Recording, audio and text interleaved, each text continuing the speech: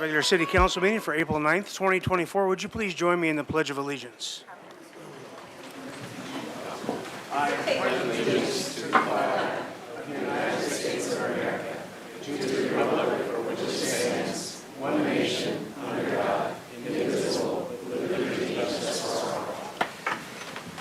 Mr. Clerk, would you call the roll, please? Councilmember Harmon. Here. Councilmember Oscar Gutierrez. Present. Councilmember Freeman. Here. Mayor Pro Tem Jordan. Here. Councilmember Snedden. Here. Councilmember Alejandro Gutierrez. Mayor Rouse. Here. All right, very good. I believe you have some ceremonial items to read. Yes. Item 1, subject employee recognition service award pins. Yeah, thank you, Mr. Mayor. So each month, the mayor and city council recognize and acknowledge the dedication of city employees through the Employee Service Awards, given in 5-year increments. This month's recognitions are for 5 years. Paul O., Police Officer, Police Department. Mark Renault, Police Officer, Police Department. Daniel Trejo, Streets Maintenance Worker 2, Public Works Department. With 10 years, Andre Miller, Police Sergeant, Police Department. Stephanie Trejo, Police Sergeant, Police Department. With 15 years, Benjamin Spencer, Water Treatment Supervisor, Public Works Department. Luke Pico, Treatment Plant Technician, Public Works Department. And with 25 years, Jill Zachary, Parks and Recreation Director, Parks and Recreation Department. And Kathleen Leone Gu, Commission Secretary, Community Development Department. And I think Ms. Gu is here to accept her proclamation.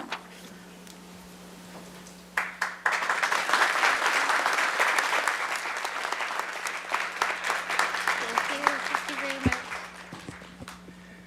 Boy, look at this. On the first nice day in a long time, you guys are all inside. That's unbelievable. Thank you for showing up.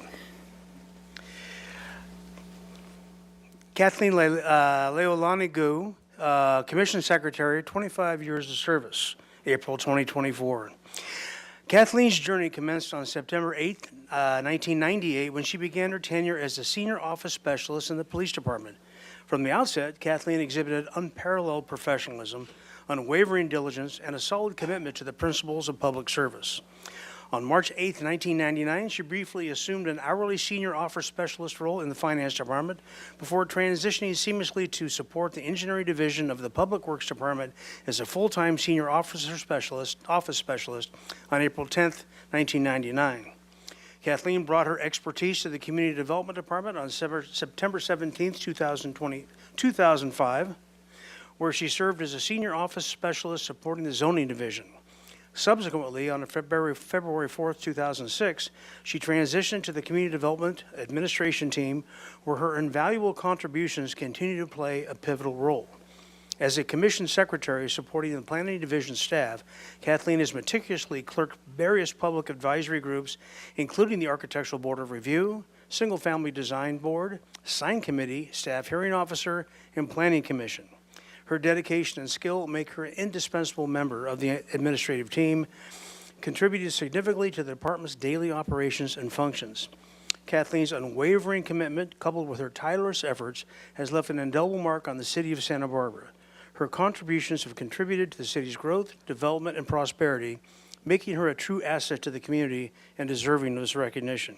Kathleen Leolani Gu, on behalf of the City Council and your fellow co-workers, it is my pleasure to recognize your many accomplishments and thank you for your 25 years of dedicated service to the city and local community. Thank you very much.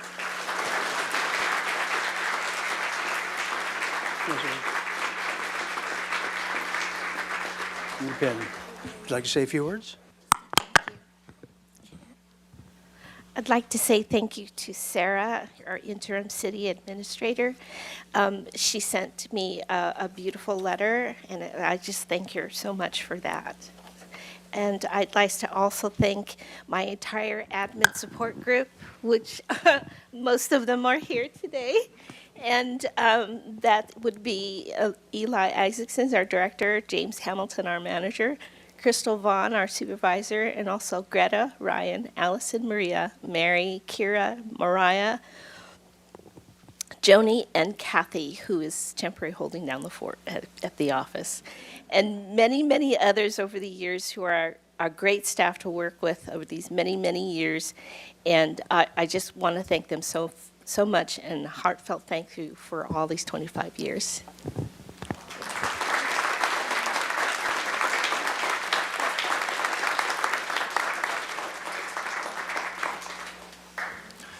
Item 2, subject National Library Week, April 7th through 13th, 2024.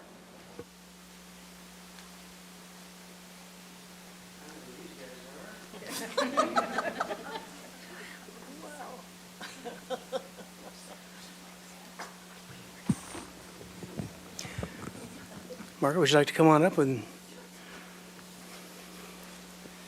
you aren't usually that shy. So, National Library Week is April 7th through 13th, 2024. Whereas libraries have long served as trusted and treasured institutions, fueling efforts to better communities by providing accessible, inclusive spaces that promote connection, understanding, civic engagement, and shared community goals. And whereas libraries serve people of all demographics, offering services and resources that create a sense of community while promoting inclusion, diversity, equity, and justice. And whereas library workers protect the freedom to read and to learn. And whereas libraries play a pivotal role in local economic development by providing resources and support for job seekers, entrepreneurs, and small businesses, thereby contributing to local prosperity and growth. And whereas libraries freely provide access to computers and Wi-Fi, and also internet hotspots and laptops for checkout in order to mitigate the digital divide. And whereas libraries continue to grow and evolve as essential and safe community spaces, extending far beyond the walls of a building, actively working to bring books and resources to those who need them most. And whereas the Santa Barbara Public Library opened in 1892 and has since been a pillar of the local community, adapting as needed to continue to provide relevant materials and valuable services and resources to the Santa Barbara community. And whereas the City of Santa Barbara proudly joins library supporters and advocates across the nation to celebrate National Library Week.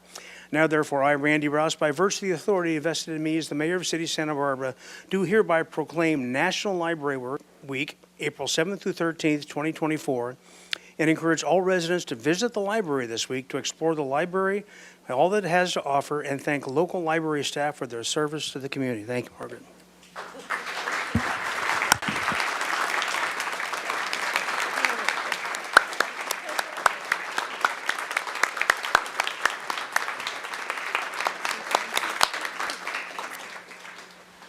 Thank you, Mayor Rouse, and thanks to the entire City Council. I'm Margaret Crocco, Chair of the Library Advisory Board, and I'm honored to be the designated speaker today on behalf of the Advisory Board, the Friends of the Library, and the Santa Barbara Library Foundation in receiving this proclamation. Thanks, too, to all the library staff and the many volunteers who are here today, and I'm glad that they stood so that we could recognize them for their many contributions to the library. They are all indispensable contributors, as are many of you who have helped us out in a variety of ways over the past year. You're all indispensable contributors to the excellence of our library, its proud professionalism, its commitment to serving the needs of all members of our community, its dedicated cadre of volunteers, and its innovative programming around big ideas like the current focus on sustainability. On this day of gratitude for our collective good fortune in living in a city with such a first-rate library, it's well to remember that such excellence doesn't happen accidentally. Rather, it comes about through visionary institution and team building over many years, as highlighted so comprehensively in today's proclamation. Thanks once again for this recognition and for your ongoing commitment to support the Santa Barbara Public Library. Thanks again to the City Council, to Mayor Rouse, and all the city staff in making this day possible. Thank you.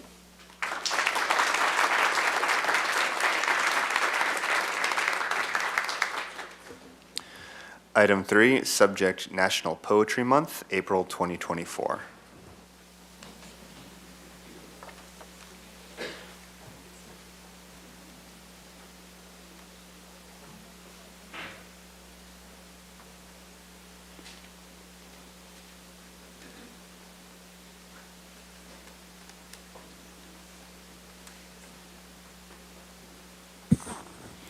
Hey there.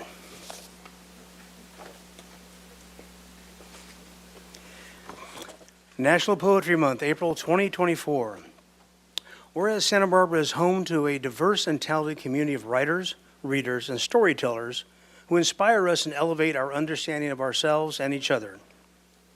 And whereas since 1996, the United States Congress and Academy of American Poets have designated April as National Poetry Month to highlight the extraordinary achievements, social contributions, and ongoing legacy of American poets. And whereas Melinda Palacio, Santa Barbara's 10th Poet Laureate, carries on the city's long-standing tradition of uplifting local literary excellence and engaging our community through poetry. And whereas we applaud the next generation of poets and the local high school students who participated in the 2024 Poetry Out Loud competition, which helps young people master public speaking, build self-confidence, and explore their literary heritage. And whereas the city of Santa Barbara congratulates Anna Matthews from Dos Pueblos High School for winning the championship of this year's Regional Poetry Out Loud competition and representing Santa Barbara County and Sacramento in the state finals this month. Now, therefore, I, Randy Rouse, by virtue of the authority vested in me as mayor of the city of Santa Barbara, California, do hereby proclaim April 2024 as National Poetry Month in Santa Barbara and encouraging community members to seek out local events and publish works that honor and celebrate poetry and poets. Congratulations. Would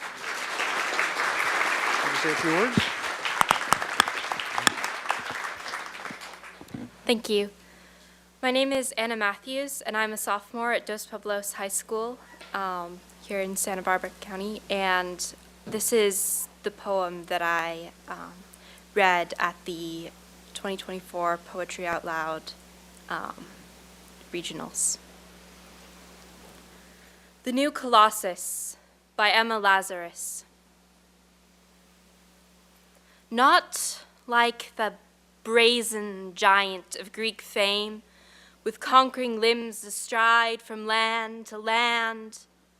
Here, at our sea-washed sunset gates shall stand a mighty woman with a torch whose flame is the imprisoned lightning, and her name, Mother of Exiles.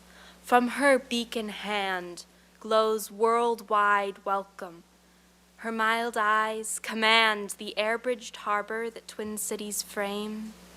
Keep, ancient lands, your storied pomp, cries she, with silent lips.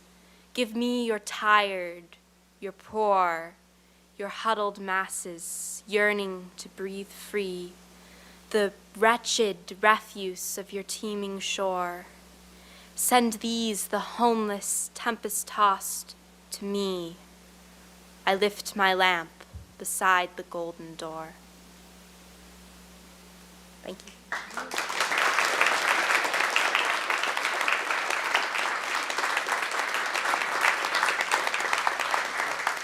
Well, I don't feel too eloquent after that. Lee Williams, would you like to speak to this now since this was your item?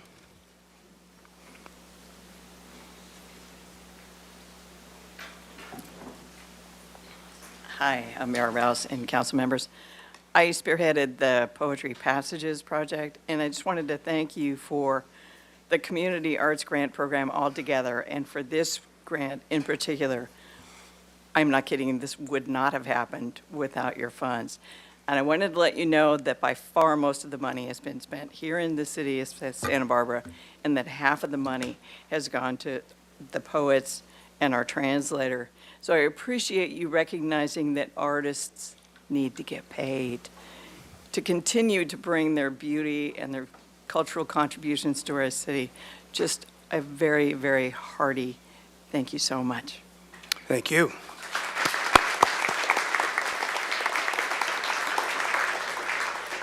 All right, very well. Madam Administrator, are there any changes to the agenda? No, Mr. Mayor, no changes. Okay, Mr. Clerk, do we have some items to read for consent? Yes. Item 4, subject ordinance amending the municipal code relating to contracting for public works projects, ordinance introduction. Recommendation that council introduce and subsequently adopt by reading of title only an ordinance of the Council of the City of Santa Barbara amending sections 4.52.050, 4.52.165, and 4.52.200 of the Santa Barbara Municipal Code relating to contracting for public works projects pursuant to approval by the voters of the proposed amendment to City Charter Section 519. Item 5, subject restructure of domestic violence solutions loan on property located at 521 West Victoria Street, ordinance introduction.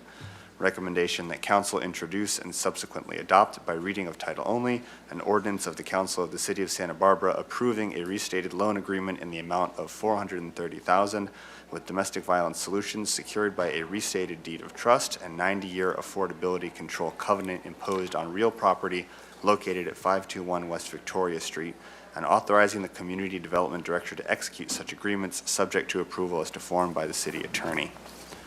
We have item 6, subject allocation of the city's share of Transportation Development Act funds for bicycle and pedestrian projects, resolution. Recommendation that council adopt by reading of title only a resolution of the Council of the City of Santa Barbara authorizing the filing of a claim with the Santa Barbara County Association of Governments for an allocation of $95,618 in Transportation Development Act funds for fiscal year 2025. Item 7, subject amendment to Police Department fees and charges for concealed carry permit program, resolution. Recommendation that council adopt by reading of title only a resolution of the Council of the City of Santa Barbara amending resolution number 23-078, schedule of penalties, fees, and service charges for fiscal year 2024 to approve the removal of the $150 psychological exam fee to obtain a concealed carry weapon permit. Item 8, subject contract for design of the Santa Barbara Airport Southfield redevelopment Phase 2 project, resolution and agreement.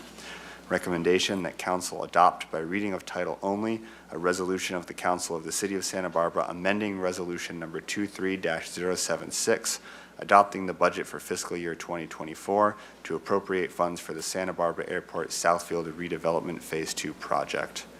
Item 9, subject Library Department acceptance of lunch at the library 2024 grant, resolution. Recommendation that council adopt by reading of title only a resolution of the Council of the City of Santa Barbara amending resolution number 23-076, adopting the budget for fiscal year 2024 to accept a grant in the amount of $85,197 funded by the California State Library. Item 10, subject resolution approving the 2024 through 2027 General Unit Memorandum of Understanding and amendment of resolution number 23-081, the position and salary control resolution for fiscal year 2024, resolution and agreement.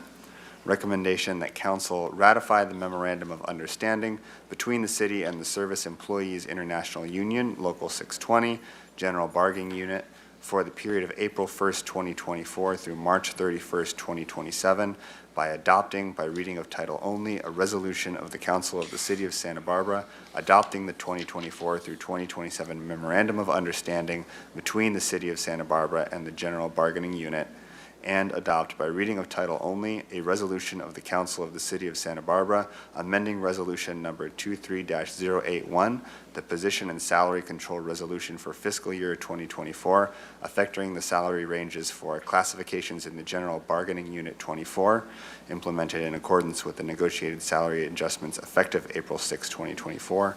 Certain classifications in the hourly bargaining units 17 and 18, effective April 6, 2024, and certain classifications in the supervisor's unit affected by compaction, effective April 6, 2024. Very good. And would you go ahead and read number 14, please? I do have a request for that item. Yes. Item 14, subject set a date for a public hearing regarding Planning Commission's approval for 101 Garden Street. Recommendation that council set the date of June 11th, 2024 at 2 p.m. for hearing the appeals filed by Lozo Drury LLP on behalf of Supporters Alliance for Environmental Responsibility, SAFER, Law Office of Mark Gitillo on behalf of Keep the Funk, Inc., Stephen Johnson and Rich Unterman, and set the date of June 10th, 2024 at 1:30 p.m. for a site visit to the property located at 101 Garden Street. All right, thank you very much. Is there anyone on council that needs to pull any item for discussion? Item number 7 and number 9, Mr. Mayor. Item 7, 7 and 9. 7 and 9. Okay. All right, any others? All right, very good. Then at that point, I will entertain a motion for the balance of the consent calendar except for items 7, 9, and 14. A second. Moved by Jordan, second by... Mayor Rouse, I'm sorry, we need a roll call vote. We have. Oh, that's right, because Ms. one's of Hartman them, yeah. participating remotely. There's always one, isn't there? All right, very good. Let's have a roll call vote, please, Mr. Clerk. Councilmember Harvin, Yes. Councilmember Oscar Gutierrez, Aye. Councilmember Friedman, Yes. Mayor Pro Tem Jordan, Yes. Councilmember Sneddon, Yes. Councilmember Alejandro Gutierrez, Here. Mayor Rouse. Aye. All right, very good. The balance of that passes. And we will then take a report from the Finance Committee.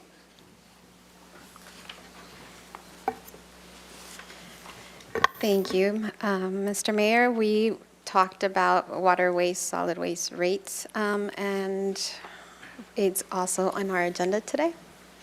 And we voted to pass staff recommendation. Mayor Rouse, I didn't believe that the vote was calculated on the screen. Did everyone cast I'm their sorry? votes? The vote on On the consent calendar? it was unanimous, was it not? I didn't see it on the screen. Did it come up? Ms. Ostringer, because you did the roll call vote, they don't need to do it on, they didn't do it on the. The screen? Okay. Madam Attorney, would you prefer us to put it on the screen from here on out for the rest of the day? Yes, Mayor Rouse. Okay, we will do that then, Mr. Clerk, from now on. Thank you. Appreciate that. All right, thank you. We will move to general public comment unless, general public comment, please. And we'll start with Diane Black. This is 3 minutes at the podium for any subject that is not on the rest of the agenda today, but within the purview of this body. Ms. Black. Mayor Rouse and council members. Excuse me. My name is Diane Black, and on behalf of the League of Women Voters of Santa Barbara, I'm pleased to announce the availability of the League of Women Voters South Coast Housing Data Project, which is intended to help decision makers, audiences, and members of the public understand our housing crisis. Data is presented in a digital form with statistics on housing production, needs, and demographics, and we were lucky enough to be able to preview this with your Housing Crisis Subcommittee, Ad Hoc Committee. Anyway, so 3 of you have seen it and probably haven't explored it much more, but have seen it. The McCune Foundation was generous and provided us a small grant, and we worked with a UCSB graduate student on this project. The project is a compilation of a wide range of demographic and housing-related statistics from the U.S. Census and local and state government sources, including the City of Santa Barbara, and your staff was quite generous in their time to get us data. It includes information on housing production, rental versus ownership units, cost burden, commuter trends, job growth, median rent and ownership prices, and income levels of various occupations and professions on the South Coast. The data is presented for the South Coast as a whole and separated out by all local jurisdictions on the South Coast, including each of the cities and the unincorporated South Coast. So you can really dive into areas of interest depending on where you're sitting. So for your purposes, it might be the City of Santa Barbara data and perhaps the South Coast, so you see how you fit in. The data is in digital format, and it allows people to explore an interactive set of links, statistical charts, and infographics that provide context and show the interrelationships between different data sources. And the project is really intended to be a conversation starter. The goal is to encourage decision makers and the public to explore and discuss the many complex issues that influence our housing situation and hopefully reach some consensus on solutions. You're going to be really probably sick and tired of hearing me say what the League's priorities are, but I'm going to say them, and then I'll give you the website. The League has identified 3 strategies that you've heard before to address affordable housing needs in the South Coast, and those include quickly enacting a permanent revenue source for affordable housing, accelerating and prioritizing the development of 100% deed-restricted affordable housing projects on publicly owned lands, including underutilized sites like parking lots in the City of Santa Barbara, and guaranteeing a local preference. So all of the housing that's produced from the housing elements on the South Coast actually go to people who live and work here. The League invites everyone to explore this South Coast Housing Data Project and share it widely, and it's available on our website, lwvsantabarbara.org. Thank you. Thank you. Next public speaker is Howie. Is Howie still here? All right, very good. Mr. Clerk, do we have anybody online for general public comment? No, Mr. Mayor. Okay, very good. From there, we'll move back to our pulled consent items for discussion. Ms. Gutierrez, you had item 7. Yes, I pulled the items just because I want a little bit more explanation so the public can understand a little bit more about the items in consent. Okay, Chief Gordon. Good afternoon, Mayor Rouse, Councilmember Gutierrez. I have Commander Morton with me as well, who oversees our concealed carry program. So I'm going to give you a brief why we issue them. So back in June of the year 2022, the Supreme Court ruled that we could no longer be a may issue a concealed weapon permit state. We had to be a shall issue. So with that came a series of legislation. I'm not going to put us all asleep this afternoon with all the different numbers. But with that, there were a series of regulations and guidelines that then were set forth for the issuance of concealed weapon permits. As a result, every police agency in the state now is tasked with that. We could give that right up to the Sheriff's Department if they wanted it, which they don't because there is a lot of permits to issue based on the number of applications. So as of the 26th of March, we had received 40 applications for concealed weapons permit. What happens with those is we review them. There's a set of guidelines that have to do with whether we can or cannot deny or accept the permit. With that, one of the factors that we use is everyone that puts in a permit has to go through a psychological testing. Where the law used to be prior to January 1st was that we could only recover $150 worth of the fee for the psychological. So the applicant would have to pay that $150. The rest of it, the city had to pay. As of January 1st, the legislation changed. So now the applicant has to pay the entire fee and we no longer pay any of the fee, which is why we are removing the fee completely, because now it is the applicant will have to pay the psychologist directly. So that's the overview of the reason for this and why we are removing the fee. Thank you. Okay, is that it, Ms. Gutierrez? Can we go ahead and vote on that? Yes, please. Okay, Mr. Clerk? Okay. This vote is for item 7, amendment to police department fees and charges for concealed carry permit program. Councilmember Harmon? Mayor Rouse? Is there a motion? Oh, we had a motion, yeah, that's right. You want a motion? Get a motion. Get a motion? I make a motion. I'll make a motion to, We got lots of motions. Did you get that, Mr. Clerk? Okay. Okay, we have a motion by Councilmember Alejandro Gutierrez, seconded by Councilmember Oscar Gutierrez on the subject amendment to police department fees and charges for concealed carry permit program. Councilmember Harmon? Yes. Councilmember Oscar Gutierrez? Aye. Councilmember Friedman? Yes. Mayor Pro Tem Jordan? Yes. Councilmember Sneddon? Yes. Councilmember Alejandro Gutierrez? yes. Mayor Rouse? Aye. All right, very good. And then, Ms. Gutierrez, you wanted, oh, they were supposed to do that now. And you've got Ms. Harms? Okay. All right.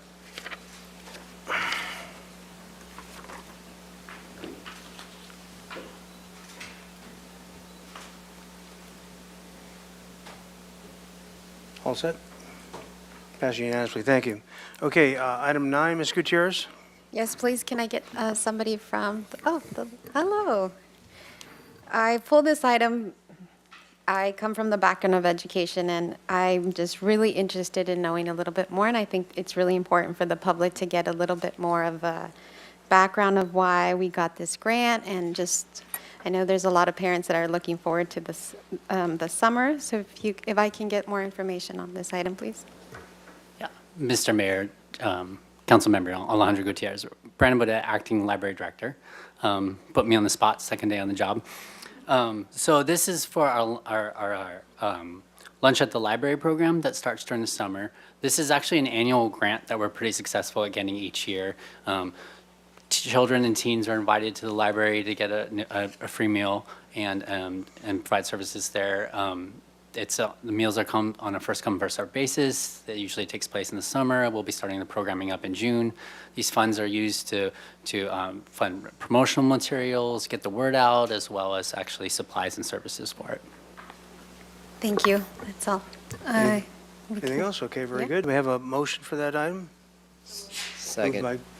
Moved by Sted and seconded by Oscar Gutierrez. We have a motion from Councilmember Snedden, seconded by Councilmember Friedman, for the Library Department acceptance of Lunch at the Library 2024 grant resolution. Councilmember Harmon? Yes. Councilmember Oscar Gutierrez? Aye. Councilmember Friedman? Yes. Mayor Pro Tem Jordan? Yes. Councilmember Snedden? Yes.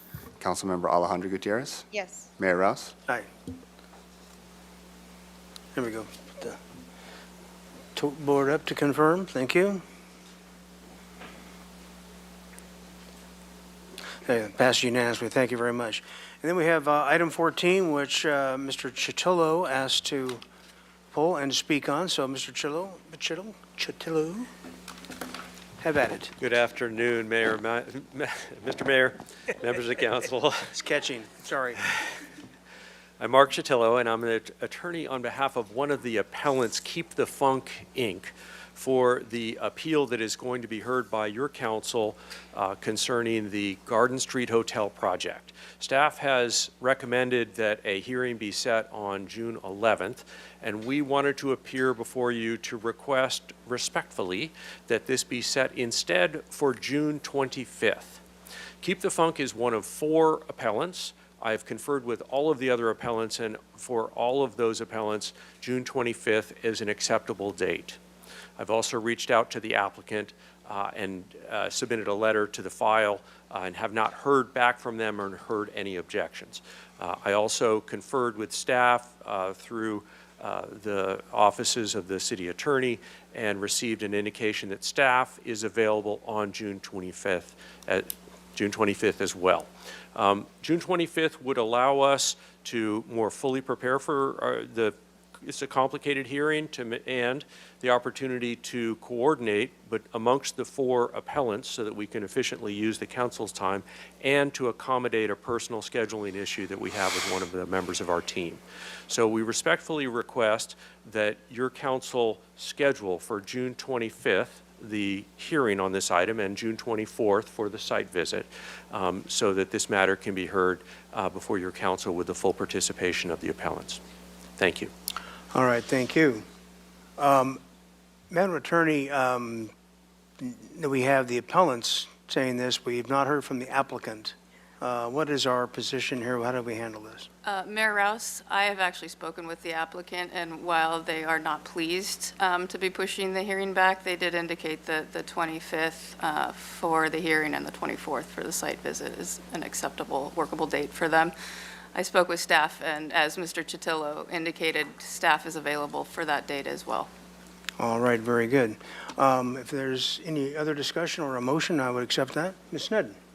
Thank you, Mayor Rouse. I'll move to change the hearing date to June 25th Okay. Is there a second to that motion? and the site visit to June 24th. Thank you. Seconded by Friedman. Okay, Mr. Clerk, you want to? We have a motion from Councilmember Snedden, seconded by Councilmember Friedman. The council set the date of June 25th, 2024 at 2 p.m. for hearing the appeals filed by Luzu Dre LLP on behalf of Supporters Alliance for Environmental Responsibility Safer, Law Office of Mark Chitillo on behalf of Keep the Funk, Inc., Stephen Johnson and Rich Unterman, and set the date of June 24th, 2024 at 1:30 p.m. for a site visit to the property located at 101 Garden Street. Councilmember Harmon, can we have your vote, please? Yes. Councilmember Oscar Gutierrez? Aye. Councilmember Friedman? Yes. Mayor Pro Tem Jordan? Yes. Councilmember Snedden? Yes. Councilmember Alejandro Gutierrez? Yes. Mayor Rouse? Aye.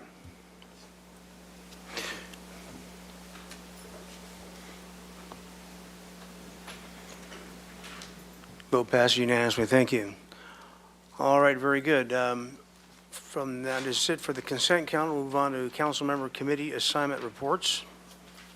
Anyone? Ms. Sneddon. Thank you, Mayor Rouse. Let's see, at the Kachuma Operations and Management Board, we heard fish passage updates, received FEMA fundings for debris removal. We're at 133% of our normal water for this time of year. And they found ocean run androgynous fish for the first time since 2011, so that's successful.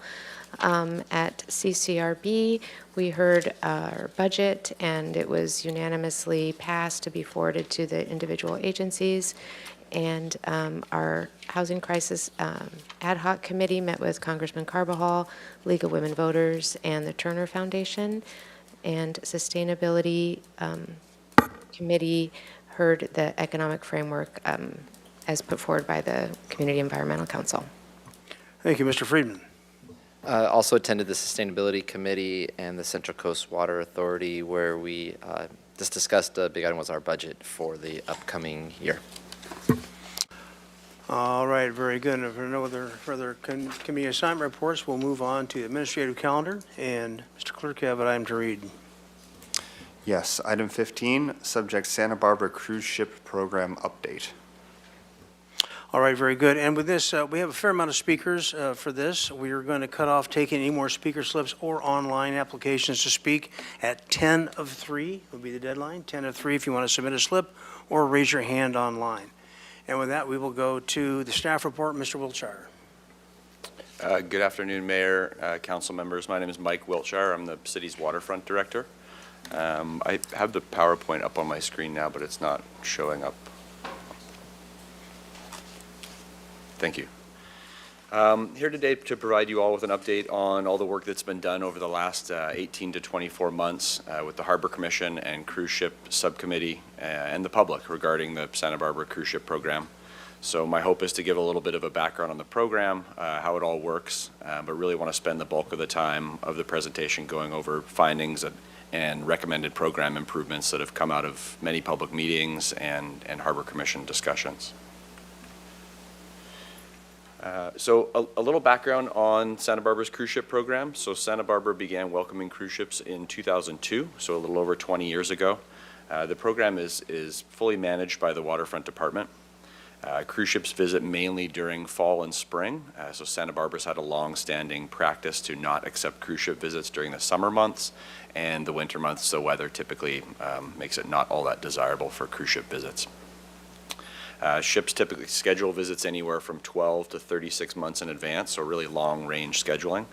And as shown at the bottom of the screen, the Waterfront does maintain a cruise ship website within the Waterfront Department website. So this provides an up-to-date list of cruise ship scheduling and a little bit of basic information about the ships. To give some perspective on cruise ship visits, so here are the number of annual cruise ship visits over the last 10 years. There's a notable absence of ships in 2020 and 2021 when the industry shut down due to COVID. Another notable year was 2022, which was our highest number of ship visits right after the return from COVID. Previous maximums were 29, 28, some 27 in past years. This resurgence kind of occurred across the travel industry and was likely due to some pent-up demand for travel. As you can see, visits in the out years have reduced dramatically. So 2023, we have 22 visits scheduled, and then for 24 and 25, we have 14 to 16 visits scheduled. Looking back throughout the history, demand fluctuates with a number of factors, so the economy, desire to travel, industry preference on port location, weather availability, and scheduling. A little bit about the mechanics of how the program works on the day of a cruise visit. So Santa Barbara is a tender port, which means ships are not tying up to docks or other shoreside infrastructure. We're obviously we don't have that capability. Ships anchor roughly a mile offshore and a predetermined coordinate provided by the Waterfront Department. And from there, guests are tendered to shore, roughly 50 to 100 passengers at a time. Santa Barbara Landing, who's a waterfront tenant, acts as our Coast Guard approved receiving facility and provides dock space for tenders, site security, and really all that's necessary to receive incoming passengers. And additionally, there's a team of Chamber of Commerce volunteers who greet and provide information to visiting guests.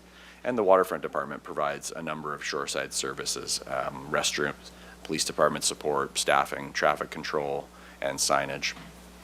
The receiving and welcoming process is a well-oiled machine. It's been in place for a long time. All parties involved have worked together for years. We do receive a lot of positive feedback on this part of the operation from visiting guests on how welcome they feel and how well laid out that process is. Just a big kudos to the Chamber of Commerce. They've kind of managed this volunteer program for years. The on-site volunteers are hugely knowledgeable, really, really friendly, and some of them have been doing it for over 15 years.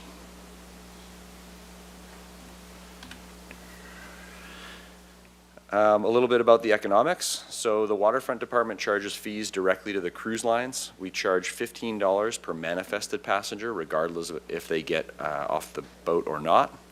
This was recently increased as of July 1st, 2023 from $10 per passenger, and this amounts to roughly $500,000 a year in revenue that goes to support the Waterfront Department's budget.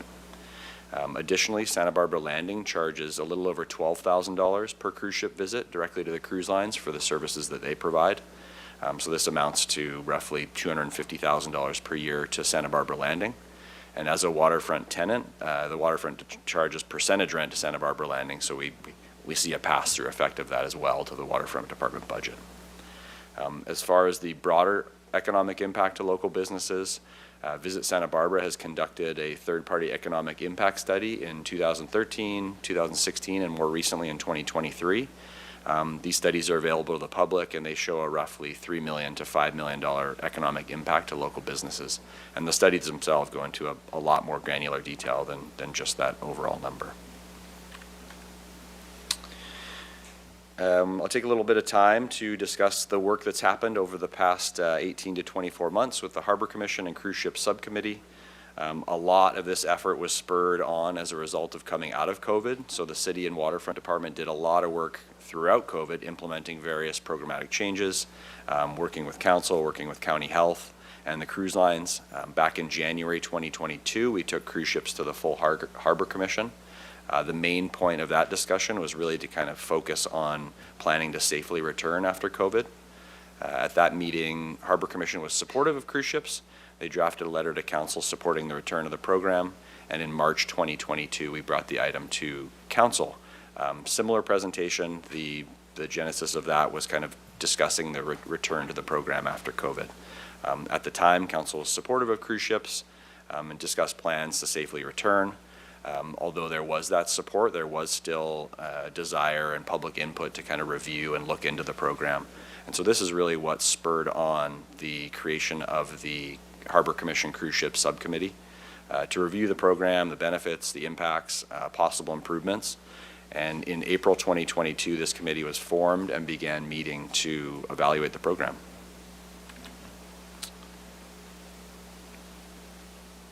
Between April 22 and August 2023, so over the course of about a year and a half, the subcommittee met several times. So these were all very well-attended public meetings that covered a broad range of topics, included a broad range of speakers and technical experts.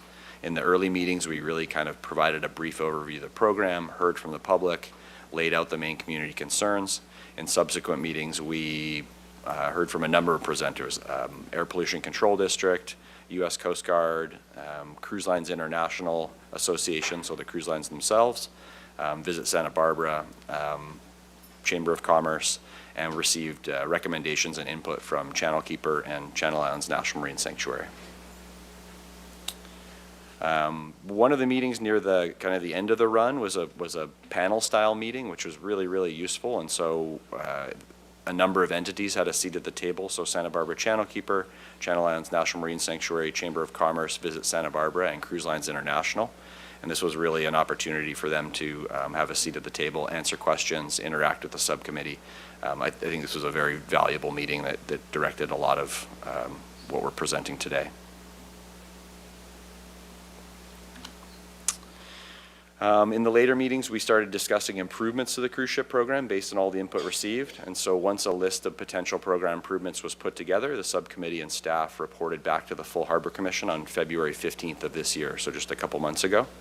At the February 15th Harbor Commission meeting, we discussed a list of roughly 20 program improvements, and I'll go over those in detail in the next few slides.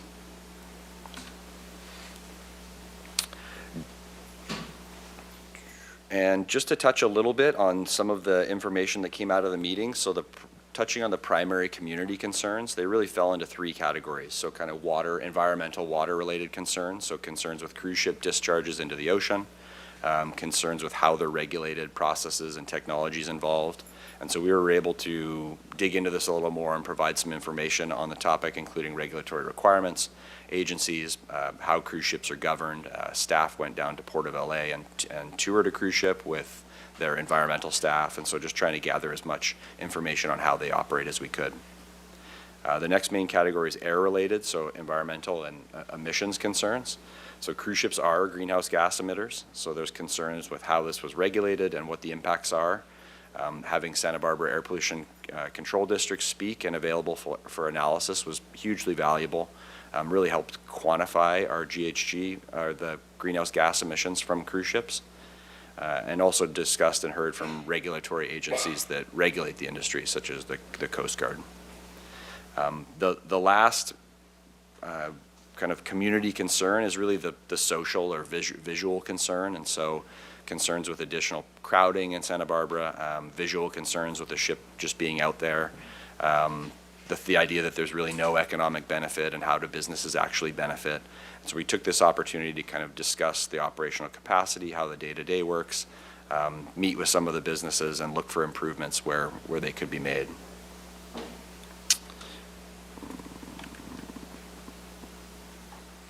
So some of the bullet points of what we learned from these impacts. So from some of the takeaways from the social impacts and kind of visual and congestion related. So ships do range in size from 250 to 3,500. So it's a very broad range of ship size. It's very typical that not all the guests get off the ship. So kind of 50 to 80% of the people actually come ashore. Guests arrive by tender, 50 to 100 people at a time, and they kind of do so throughout the day. So it's not this mass unloading. It's kind of naturally throttled, and the influx of people kind of flows in over time. Total annual guests ranges from anywhere from 30,000 to 80,000. And so a bit of perspective there, the Santa Barbara Airport sees about 1 million passengers per year. And most notably, the cruise ships visits are declining. So 2023 through 26, we are seeing fewer cruise ships booking.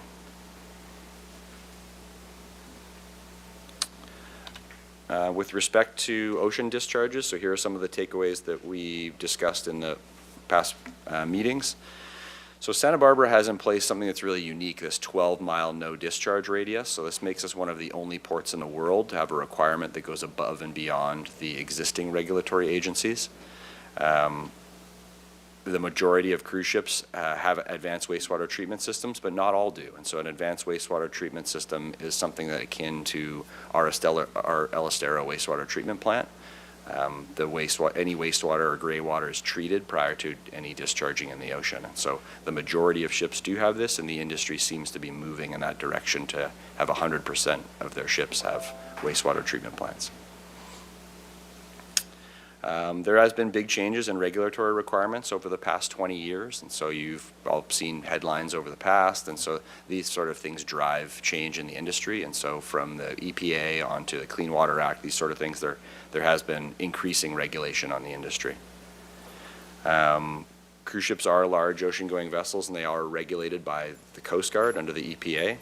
And when the Coast Guard did speak at one of the public meetings, they did express a strong confidence that cruise ships are complying with the existing regulations that are in place. With respect to emissions, so cruise ships are emitters of greenhouse gases, just like other vehicles, trains, planes, cars. The coastal U.S. and California do have the strictest fuel and air emissions requirements in the world. The city of Santa Barbara does not include cruise ships or ocean-going vessels or airplanes in our greenhouse gas inventory, so they're not included in our city reduction targets. There is a current bill going through the process that proposes to regulate the speeds of all vessels to improve emissions and potential whale strikes. So this is AB 953. And so this is something that would apply to cruise ships and be administered by the Ocean Protection Council. Throughout the meetings, there was a lot of discussions about vessel speed and reducing vessel speed in the channel. This is something that is occurring even outside of our realm. Cruise ships make up a pretty small fraction of the ocean-going vessels in the Pacific Ocean and in the Santa Barbara Channel. So just offshore, the shipping channel between us and the islands sees roughly 5,000 cargo ships and tankers a year. And cruise ships make up about 0.5% of Santa Barbara's greenhouse gas emissions.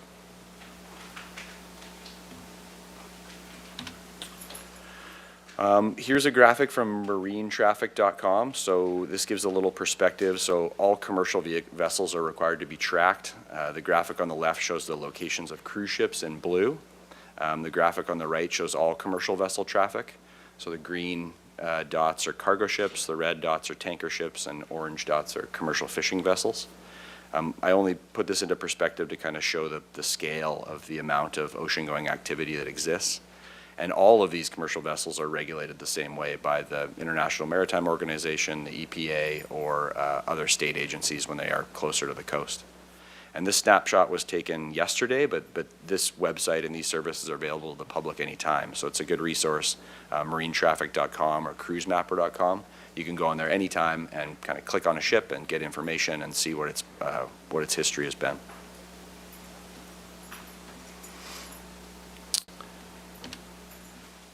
So just to reiterate, so over the past couple years, we've spent a fair amount of time with the public, Air Pollution Control District, Channel Keeper, National Marine Sanctuary, U.S. Coast Guard, Cruise Lines International, Visit Santa Barbara, Chamber of Commerce, really to try and distill and round out recommendations and improvements to the program. So on the next two slides, I'm going to present a list of program improvements. The first slide is our program improvements that staff and Harbor Commission agreed upon, so we are recommending them together. So it's a list of 15 out of 20, and then we can go over a list of 5 of them that were not recommended by staff but were put forth by Harbor Commission. I know this is small. I'll go through them briefly, but again, to reiterate, this was a list of programmatic improvements that both staff and Harbor Commission put forth. So one of our recommendations to council today is to review this list and approve this list of improvements as well so that staff can implement. The second column from the right indicates what category the improvement impacts: water quality, emissions, business. The third column is the recommended improvement itself, and the fourth column includes some notes on how it will impact the industry or staff or the program itself. Going through them quickly, so the first one, requesting that ships have advanced wastewater treatment systems by 2025. So this directly addresses water quality concerns. This is a way to sort of push the industry with a technology that we can specifically ask for and require before we accept a booking. Continuing our recommended practice of 12-mile no discharge, requesting that visiting cruise ships reduce speed to 10 knots within the Santa Barbara Channel vessel speed reduction zone. So this aligns with existing programs and with AB 953, and it expands the existing radius on where we would require ships to essentially slow down in the Santa Barbara Channel. The next one is a big one. So formalize our practice of no ship visits between Memorial Day and Labor Day, and no longer take ship visits on weekends. So this would be a new restrictive date requirement, and so this would further constrain the available dates and would reduce the number of visiting ships. The next few are really related to improving interaction with local business, so improving information and interaction with those businesses who wish to be involved. That was one of the takeaways that we got from meeting with businesses. Hey, we don't know when they're here, we can't tailor our business to kind of take advantage of it, so the Waterfront Department would kind of play the role with Chamber and Visit Santa Barbara to reach out to any businesses that want to know more or want to get involved. Look into possibly supplying local seafood on board visiting cruise ships. There are other locations that have done this. We have a robust commercial fishing industry. There's interest there to get some of our local products onto these ships while they're visiting. Encourage engagement with local educational institutions. I was told that historically Santa Barbara City College would send culinary students out there for career opportunity and development. There's a lot of career opportunity in the maritime industry, and so kind of utilizing that to help our local educational institutions. The next few pertain to fees that better benefit the city and waterfront, and all of these have been implemented already. So increasing passenger fees from $10 to $15, charging a minimum fee of $7,500, or minimum fee for ships 500 passengers and less, and charging a cancellation fee, which has been implemented. The last two aren't necessarily money makers. It's just a way for us to recoup costs for things that we stand up on a visit day. Going through the list more, formalize the approval process and require written approval from the city administrator or designated representative. We do that, and so when we book ships now, we have a formal letter of understanding signed by the waterfront department. And then this next one is a big one. So establishing a publicly available information source that outlines more detail about visiting cruise ships, tracks information, programmatic information, and provides contact information for cruise line environmental staff, and really more annual reporting on visit. And so this would be a task on the waterfront department and would likely be a web-based solution, just to have more data, more availability for the public to go and get information as they need it, or reach out if they would like to. The other, conducting a periodic program review, so this can certainly happen at the Harbor Commission and or council level, and evaluate the need for ship pilots in Santa Barbara, and request that the industry consider at-anchor emission reduction technologies when they become feasible. This isn't really a technology that exists right now, but this is sort of a placeholder to kind of have in place to help push the industry and remind us to, if these technologies become available as a tender port when they're at anchor, if there's, for them to modernize their operation. So again, this was the list of improvements that was agreed upon by both staff and Harbor Commission. It was largely informed by recommendations from Channel Keeper and Channel Islands National Marine Sanctuary. On the next slide, I'll go over the shorter list of 5 that staff was not recommending, and I'll go over the reasons why staff was not in favor of these recommendations.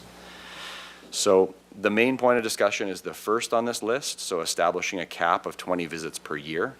So staff does not agree with setting a hard cap on visits for a number of reasons. So firstly, we're a public harbor. The waterfront lands were granted to the Santa Barbara in the 1920s. So we strive to provide access to the public, support ocean-dependent and ocean-going activity, and we generally share this resource to the best of our ability.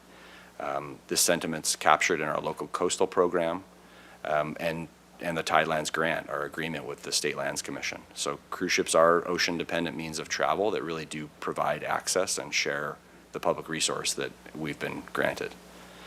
There are no current operational constraints with the current system, so the program can easily handle the capacity. Usually you kind of set caps when there's a capacity issue. Even in 2022, when we saw our maximum of 30, ourselves, the waterfront department, those involved, the volunteers, Santa Barbara Landing, they were all well and able to handle that capacity, so there's really no operational constraints. And although not impossible, creating a cap is difficult to administer, so bookings are made years in advance and schedules often change. Cancellations occur, so there's not really the ability to reach back and fill a canceled slot. So for example, in 2023, we had 6 cancellations. So if there were a hard cap, we would have dropped down those 6, and there's really kind of no way to go re-procure new ships to visit. We have no say in when those cancellations happen. So kind of allowing that level of flexibility between us as the administrator of the program and the cruise lines is helpful. And it does provide uncertainty to the industry, so it removes a layer of flexibility that has worked well for quite some time. So cruise lines do have itineraries that they have to manage. They're sometimes complex, so adding a cap could possibly front-load all the ships into the beginning of the season or result in a competitive process to book early, which could lead to more cancellations. So the staff's preference is really using the constrained date ranges to minimize the number of ships and kind of see how that plays out with numbers going forward. The second item is to prioritize ships without scrubber technology. Totally understand the reasoning behind this and the recommendation, but in practicality, enforcing it or prioritizing it is really difficult. So there's existing regulatory agencies, the International Maritime Organization, EPA, CARB, they all regulate air emissions. So in some cases, they recommend or require the use of scrubbers to meet certain air emissions requirements. So it'd be problematic if we kind of put ourselves up against a regulatory agency with pseudo regulations that are in conflict with the existing regulatory agencies. So staff would prefer leaving these level of regulations to the authorities and agencies and jurisdictions that do so. Prioritizing ships with shore power connectivity. So existing regulation currently requires ships coming to port in California to have shore power capability, so which is the vast majority of ships. Obviously, Santa Barbara, we don't have the ability to plug in. We don't have the infrastructure for ships to plug in shoreside. So again, we kind of prefer to defer this existing to regulatory agencies with this type of technology. They're already pushing the industry in that direction. So practically, this one would have little to no impact, as the vast majority of ships even visiting Santa Barbara and in our coastal waters have the ability to plug in, as that is already a regulatory requirement. Prioritizing cruise lines with exemplary environmental compliance records. Again, fully understand the intent and the idea here. It becomes very difficult in practicality. So we have some concern with the city and staff being put in a position where we would be the ones to evaluate environmental compliance based on cruise line records or some data source. So there's potential legal implications of us making determinations to deny ships based on subjective data or interpretations. So we can further work with the Harbor Commission as we establish more data on ships that are visiting, but we really need to find some way that is legally sound if we are going to get into specifically denying or prioritizing certain vessels based on either news headlines or third-party websites, or we just need a way to verify that data if we're going to become the administrator of it. And lastly, the last recommendation was to maintain the cruise ship work group. Staff does not support this, as maintaining an ad hoc work group in a standing capacity is there's Brown Act implications there, and so staff would really recommend handling future cruise ship discussions at the Harbor Commission level. This would be a more appropriate forum to discuss that. The Harbor Commission could then, at a future date, form a new ad hoc committee if there was a new defined task with a new defined scope of work at that time. But I think leaving that to the entire Harbor Commission would be an appropriate place to continue having these discussions. So again, staff and Harbor Commission agreed on the vast majority of these recommendations. The sticky ones were these last 4 or 5. And so I believe this is the last slide on our presentation. So we're really looking for your input on a couple things. So asking that you approve the list of 15 improvements that were put forth and agreed upon by Harbor Commission and staff. And then we're asking that you weigh in on the improvements that were not recommended by staff, but were put forth by Harbor Commission, mainly with respect to the cap of 20 visits per year. So that's, with that, I'll turn it back to council. Thank you. All right, very good. Are there questions from council? Mr. Friedman. Thank you, Mr. Mayor. I have a few questions, Mr. Wilshire. Thank you for the presentation and all that went into this with all the stakeholders. If you could pull up slide, yeah, that slide right there, or the previous. So I'm going to talk about number 1 just briefly. On slide 11, you don't need to go there, but on slide 11, the second bullet says the majority but not all of ships have advanced wastewater treatment systems which allow onboard processing and treatment of wastewater similar to city wastewater treatment. So my question is, if most of them have that, on here it says request that, why aren't we requiring it? Mayor, Councilmember Friedman, that's a good question, and our city attorney may be able to get into it. We don't have a lot of authority to require ocean-going vessels to do anything specifically. So this is all kind of pretense on a long-standing business relationship that we've had with the cruise lines. And so the way that they book is they'll send us an email through a booking agency. We'll go through a letter of understanding agreement. We'll kind of do that 12, 36 months in advance. Request is really what we're doing. We're not a regulatory agency that can require them to have this sort of, that's the EPA and that's these other regulatory agencies that are the agencies that oversee that technology. Mr. Duemas? Sure.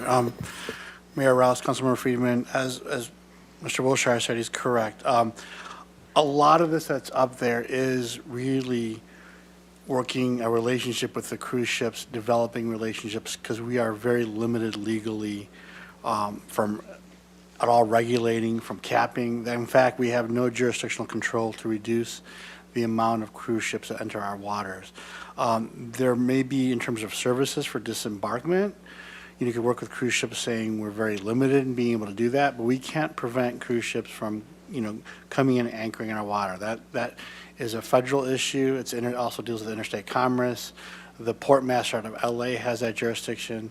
And to go to that issue, it shows, for example, there was one recent decision out of Maine that, as a district court, so it has no effect on us, but I do want to point that out, is that city passed an ordinance that's expected to be challenged that just didn't deal with, they knew they couldn't deal with the issues of ships coming in or how many ships or caps of ships, but they had a limit of 1,000 passengers a day being disembarked, and they put in environmental issues like that.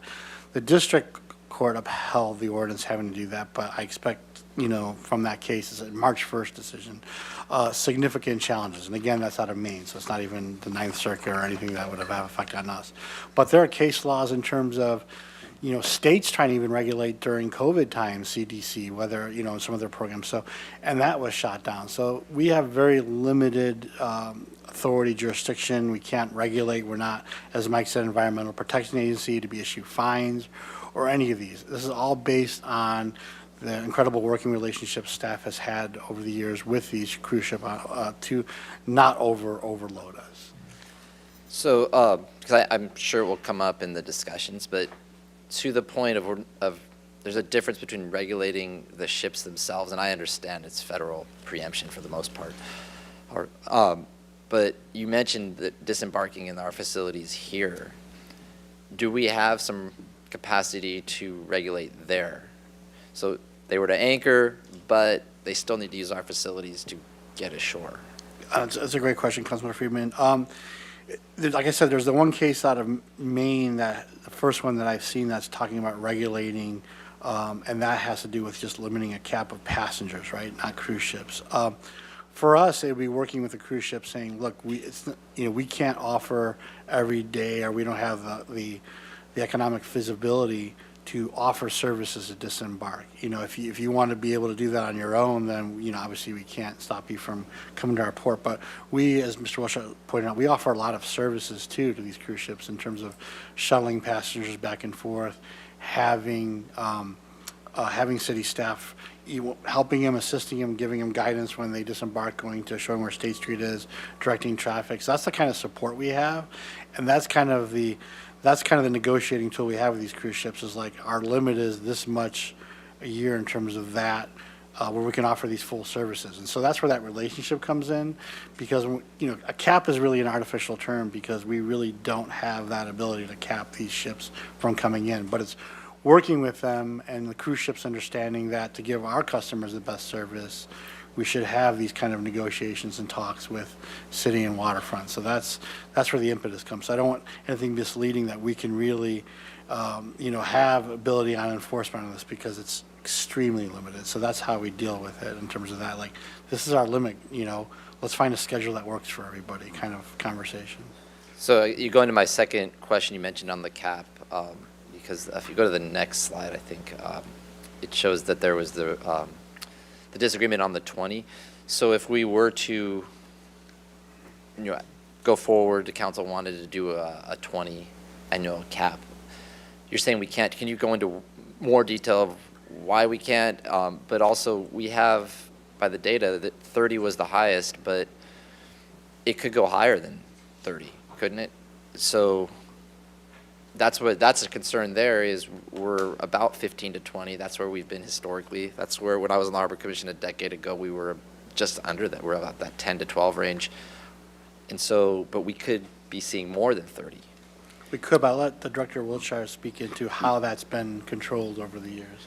Yeah, it's a good topic. It's kind of the main topic.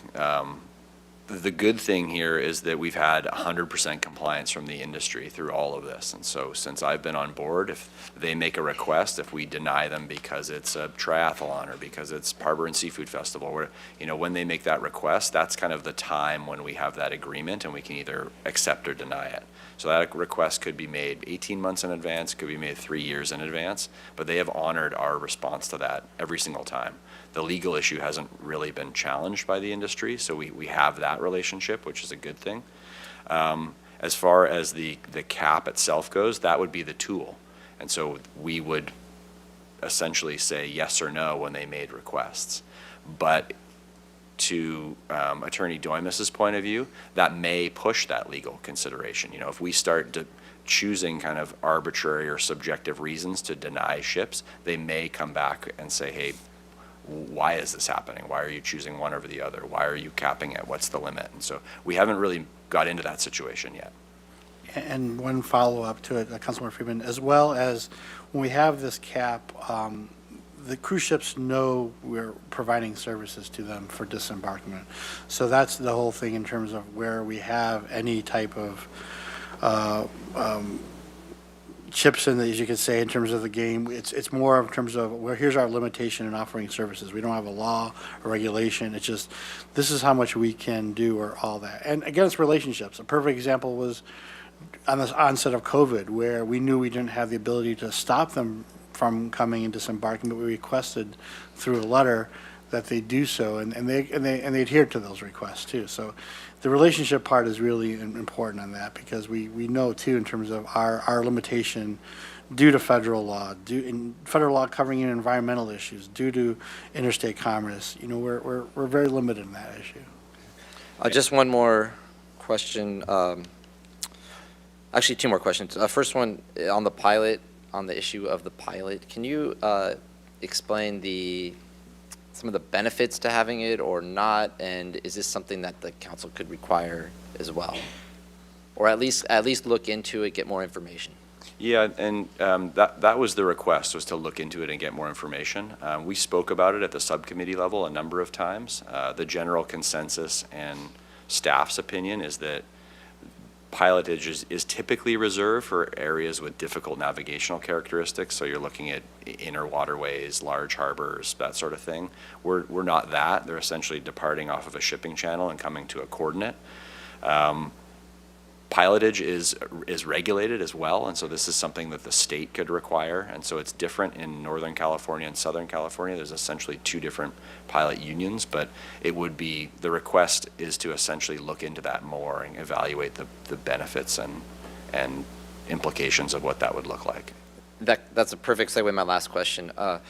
Getting into the ad hoc committee or committee to continue versus going to the full harbor commission, if we could get more understanding of why you can't continue the ad hoc for now, what exactly are those Brown Act implications, and then say an issue just like that where there's more information to come in and there was a specific task of the ad hoc continuing to look at the pilot issue, or on the slide right here, number 19, how do you prioritize if you wanted to go with environmental compliance records? Because from the presentation you indicated if we wanted to do that, we have to figure out what that would mean, and perhaps continuing the ad hoc with those two specific tasks and others, but would that be a possibility within the ad hoc?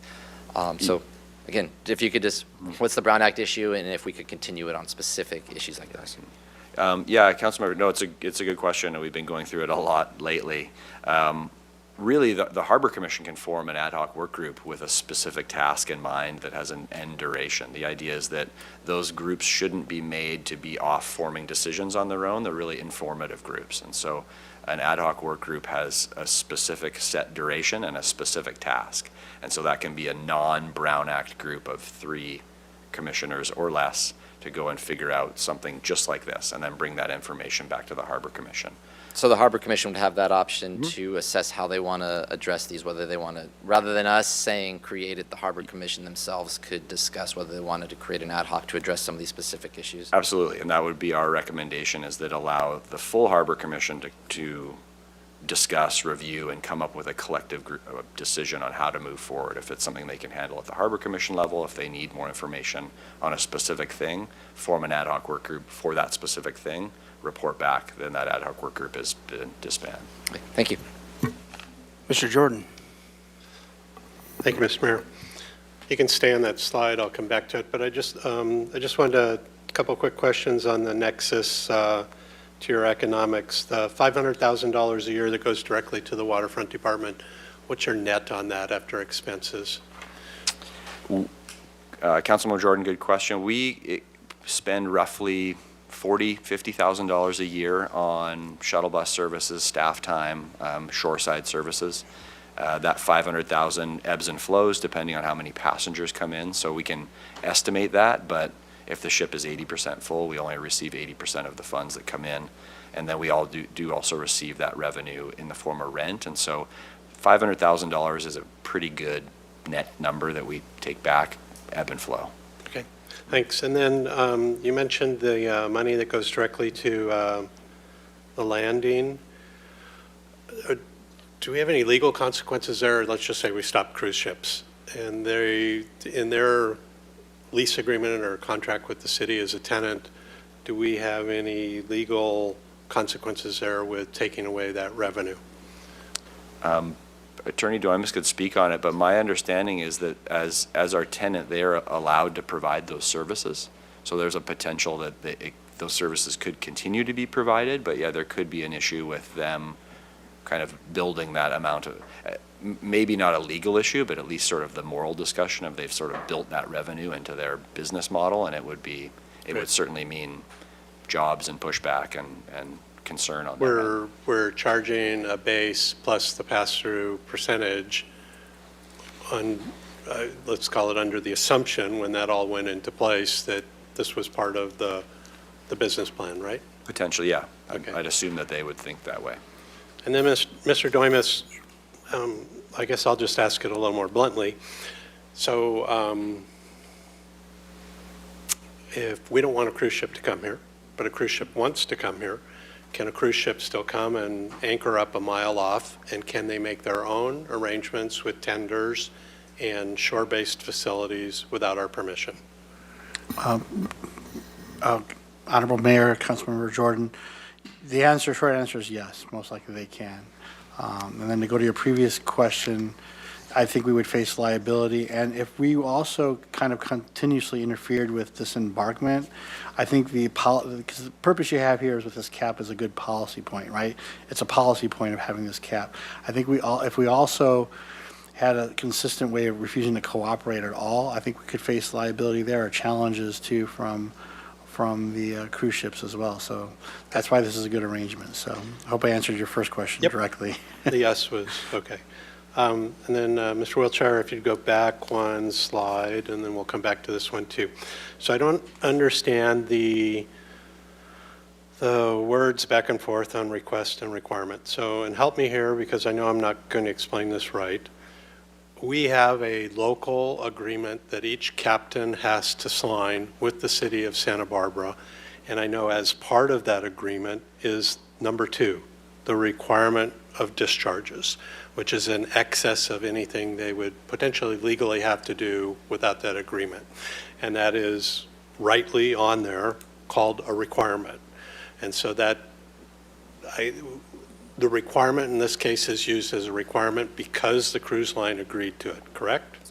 Councilman, I think it's even simpler than that. They've just been used interchangeably. I mean, we can honestly change those words to requirement, but we don't actually have the authority to require them. And so, well, so that's my point. Neither did we have the authority to require the discharge part, right? No, but they have adhered to it. And that's what I said.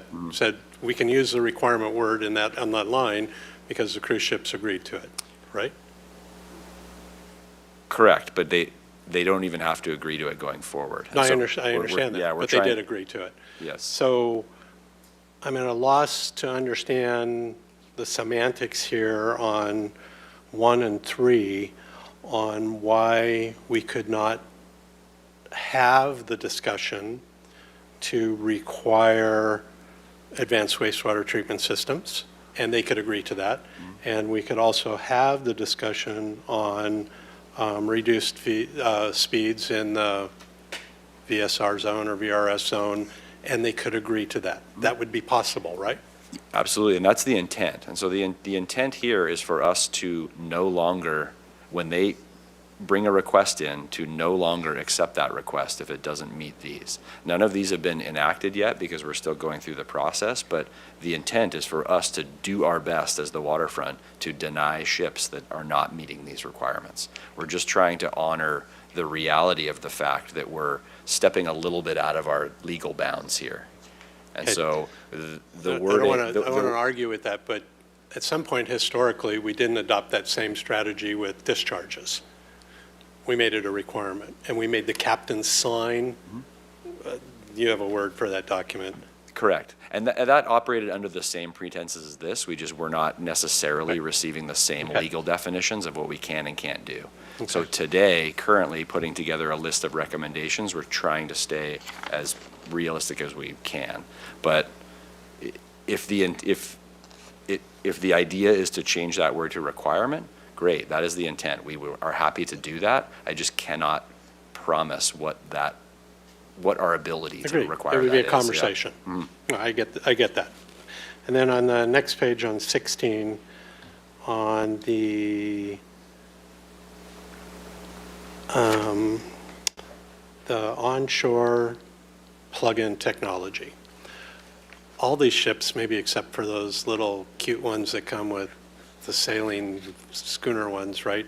All the real cruise ships, they already plug in everywhere else where there is plug-in technology, right? Councilmember Jordan, yes and no. And so there is a requirement within California for all ships in our waters that are at a port like LA or any port with shoreside facilities that they need to plug in. And so they need to run off shoreside electricity. There are tender ports. We are one of those. And so ships that do not have plug-in technology can go to tender ports. Okay. And so We're the only probably remaining port like that since Monterey thinks they're out of the picture now, right? Avalon and Catalina is a tender port as well. And then, so isn't the burden to meet that request or requirement an onshore infrastructure burden? If the ships are traveling around California and wherever, already plugging in Long Beach or San Pedro or San Francisco, they have the ability to plug in. We just don't have the receptacle for them to plug in here, right?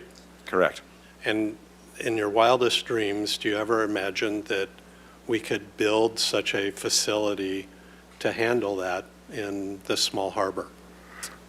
I can build anything in my wildest dreams. But Time and money, right? Time and money. Yeah, it would be very unique. It doesn't exist. But the other ones that are in California are all deep water docks next to the dock with an infrastructure in the harbor, and That's it's correct. a dream, right? I think the intent of this was to sort of push the industry to say that, hey, you can't do it here, but let's ensure that all ships have this technology so they're doing the right things when they're elsewhere. Okay. And then your point on the environmental compliance being that it's difficult to administer, you have to be aware that there are existing groups, templates, and programs out there that already provide information on that track mistakes that happen other places, that have information on most everything on both pages of this sheet, what the components are of a ship. How does that become subjective if you can basically go backwards up the list on these 2 pages and it's just, here's what we want, and it's yes or no. Here's what we want, yes or no. There's very little subjectivity if you can at least agree to the strong focus points of what you want, right? Yeah, that's correct. And we were really trying to boil those focus points down to technology. So we could say, does this ship have this or not? Not something along the lines of, is this ship or cruise line or parent company in some sort of litigation, or all of this stuff that kind of gets rolled into the subjective part of it. Even those third-party websites, very aware of them, very informational, very informative. no way to sort of determine if that is, how legitimate that data is, how reliable it is. I mean, if us as an agency is now in the business of verifying all of that data, that's where it becomes more difficult. So we really tried to hone in on technology-based requirements as opposed to others that get a little squirrely. Okay, thank you. Ms. Sneddon. Thank you, Mayor Rouse. First, I just really want to thank the Harbor Commission and staff and the working group for the 2 years of deep dive you've done into this issue. Really appreciate it. And just acknowledging that we're running a cruise ship operation now because that was the previous council will. So I just want to acknowledge that before starting in my questions. So one, I'm going to refer to the Channel Islands National Marine Sanctuary letter. I find it really compelling because it has so many voting members, including, people from the Department of Defense or, National Park Services or different areas. So just some of their recommendations I want to ask questions about. And one of them is the recommendation specifically for size of ships, and this ties into the Channel Keeper's letter also, talking about how the larger ships have 2 times more greenhouse gas emissions or 150 times more nitrogen oxide or sulfur oxide emissions. So for the size of ships, what are our levers to be able to limit sizes? Councilmember Stenda, again, I'm not certain on the legal ramifications of limiting by size. The way that we actually see it, one of the realities is that sometimes the larger ships are more efficient. There's economies of scale there on services that they're providing and the way the ship is operating. So I don't have all of the information, but that's one of those things that sounds like it needs more research and it needs a little bit more review, because there is the alternative to that where larger ships are more efficient. They have singular systems that serve more people, and so there's an economy of scale there. There are many other reasons why I don't favor the larger ships. Whale strikes, the way that they look visually, I don't think fit the brand of Santa Barbara. The black billowing smoke that appears to come out of them while they're perched off. So I have many reasons, including the greenhouse gas. So the question, though, is do we have a lever or mechanism for limiting by size or by number of passengers? I think, again, we could request that we are only receiving ships of a certain size or passenger. And so we could, when they request, we could say, sorry, unfortunately, per our new guidelines, your ship is below 2,500 passengers, so no, we're going to deny this request. Okay. But and again, just like all of these, that would be a request to the industry. And if I may, Honorable Mayor, Councilmember Sneddon, too, that, again, that goes back to, the difficulty is it goes back to the Interstate Commerce Clause and everything else, where you have ships going into our U.S. waters, going to different districts, and where it can anchor or not, and different rules in each jurisdiction. And that creates, the reason why you have that, it creates a nightmare for businesses like that. That's why a lot of times they treat ships and the rules like that the same rules you apply to cargo, even though we're dealing with passengers, the same rules. And so that's why something we, the city attorney's office, want to watch the more recent case out of Maine. Again, like I said, doesn't really affect us, but what we've seen some cities do is not obviously knowing that they can't limit or are not a regulatory agency for environmental or for commerce in terms of the ships coming into the ports, but it's the services we can provide them. And so that's why I'm very curious as to this rule about 1,000 people disembarking, right, into that, or the leverage of what we can offer in terms of facilities of disembarking. That's where the leverage lies. That's where we look towards the future in this as we work through these issues. But as Director Wiltshire says, again, the best way to keep this going is through those partnerships and meetings and conversations and cooperations. Well, thank you. Then a follow-up to that. I mean, there must be something that we've been doing to encourage these record numbers of ship visits. And I think you Mr. Doimus, you mentioned quite a few of the services of support. Aside from those, is there anything that we're doing in particular that's really increasing that number? And on the flip side of that, that we could stop? Councilmember Sneddon, I don't, the numbers aren't increasing. And so the 1 year after COVID was kind of industry-wide. It was really sort of a pent-up travel demand. So these are kind of the natural numbers of what we're seeing. It's very rare that ships book within the same year that they arrive. And so 2024 is probably pretty close to set at 14 visits. 2025, that maybe there'll be an ad or two, but it's probably pretty close to set at 16 visits. 2026, we'll see some fluctuation, but that's half of what we saw in 2022. So the numbers are definitely going down. Thank you. And then back to the letter and some of the recommendations. So at anchor emission control systems, and it says to implement these as they become available. Could you just speak more to that, the at anchor emission control systems? Yeah, happy to, Councilmember Sneddon. It's sort of an interesting term because the cruise line industry has been using what could be perceived as at anchor emissions control systems progressively for many, many years. And so it's in their best interest to use less fuel, run less engines, all that sort of thing when they're at anchor. And so they have been implementing better dynamic positioning control, better systems. And so when this recommendation was put forth, there was some definite confusion on what exactly that means, if that means to be fully passive or what that means, but it's sort of this sliding scale of technology that is and has been being implemented. And so we included it in there as a nod and a placeholder, but I think there needs to be a little more work on determining exactly what the goal of that technology is. Thank you. And then is there a cruise ship rating entity for environmental compliance? I know that we have some ships that come through with a rating of F and a few that come in with a rating of A. And what is that rating system? And you alluded to it that we wouldn't be the people making that rating, but what are the entities that might be?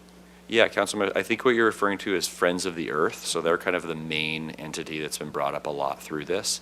And they do, along with a whole bunch of other things, they do rank cruise ships. Again, I'm not personally certain on where they gather all that data or what that ranking system is. If that were a system that we were going to use, we'd have to kind of legally look more into that and see where they're getting all this data. Is that something that if we charged Harbor Commission with looking at that specifically, that's something that could be carried out? I think absolutely. Okay, thank you. And then one last question, a little bit more about pilots, whether we have pilots, don't have pilots. I think I understand that we're pretty unusual that we don't have pilots, and you talked about difficult to navigate waters, but we also have this sort of protected channel. And what would be just some of the benefits of a pilot? And two questions on that.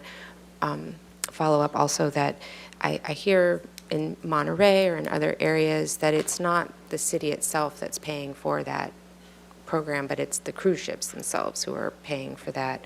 So why wouldn't we want to have pilots if it wasn't an expense from us? Yeah, Councilmember Sneddon, I agree with you. If it's not either here nor there, just the first time this was ever brought up was at the first cruise ship subcommittee meeting, and there was a public comment from 2 members of the pilots union. And so they spoke for that need. And so that was really the first time that we started discussing the concept of pilots. I didn't have a lot of information on the necessity of it or what that looks like. I reached out to the Coast Guard. The Coast Guard's detachment locally who does regulate cruise ships, their take would be that a pilot in the Santa Barbara situation, they would never necessarily touch the controls of the ship. The captain himself is the most competent and knowledgeable of the ship, but they would be there to guide them, show them how to get from the shipping channel to our location. The other logistically tough thing is we're not a port city, so it's really difficult to get a pilot out there. And so we would either have to have a boat or a service here or a helicopter or some way for that pilot to meet the ship wherever it's coming from, if that's Avalon, if it's coming from the north or coming from wherever it's coming from, we'd need to get that person physically there. Or they'd have to be on that ship for days at a time for this specific location. So I think we're happy to look into it more, but the general consensus from the Coast Guard is that we're very much not a location that would benefit or require a pilot because of how straightforward our anchoring channel is. Can pilots also act as sort of a neutral agent to make sure there's other types of compliance, not just navigating in and out, but a lot of the things that maybe currently staff is doing to check compliance? Can a pilot serve that function? I don't know the answer to that. I know the Coast Guard does play that role, and so they essentially are the regulatory agency that governs all environmental compliance of cruise ships. And so that's something that we could ask Harbor Commission to look into also. Okay. I think those are my questions for now. Thank you. Thank you. Ms. Gutierrez. Thank you, Mr. Mayor. My colleagues touched on a lot of the questions I had. I'm going to go to slide 5, where you talk about the economic impacts. You talked about a report on how you got the numbers for the annual impact. And the reason I'm asking is, representing District 1, I also have the Funk Zone area, and I had a couple conversations with business owners there regarding other issues in the area, but they had mentioned that they don't get a lot of foot traffic from the cruise ships because of the, due to the lack of transportation, and that the cruise ships will take the folks to the valley excursions.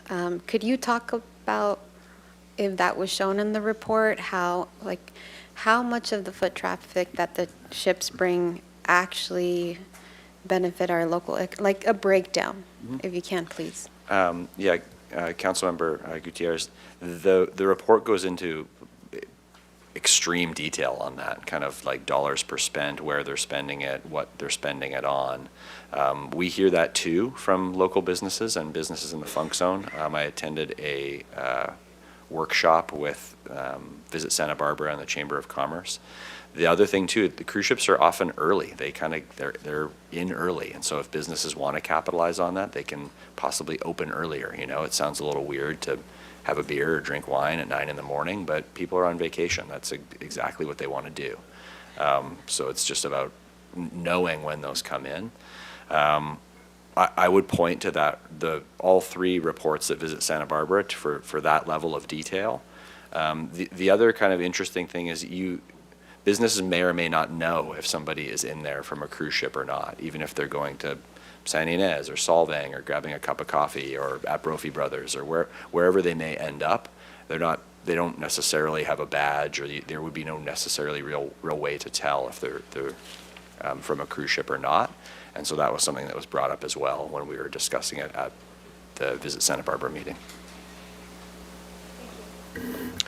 Mr. Friedman? Thank you. Just one more follow-up question. It was mentioned Monterey. My understanding in Monterey is they can't ban them, as we learned here tonight, but they effectively ban them through the use of their city infrastructure, which we talked about earlier. So my question would be, if we wanted to go more toward the requirement, even though we can't require it, but require, as Councilmember Jordan was referencing for the other 2 items, would there be a path where if you went, say, with a cap, and you said, though, up to that cap, we would provide the services, but if you went above and beyond the cap, say there was a 21st or 22nd or 23rd ship that comes in, that we would no longer provide those services, so then they would have to provide them on their own? I was just thinking of that right now, so sorry to catch you off guard on that, but it just came out of the discussion here, because I think that might get us to a place where we can really have a larger discussion about the 5 that are disagreed with. But is that even possible to do that?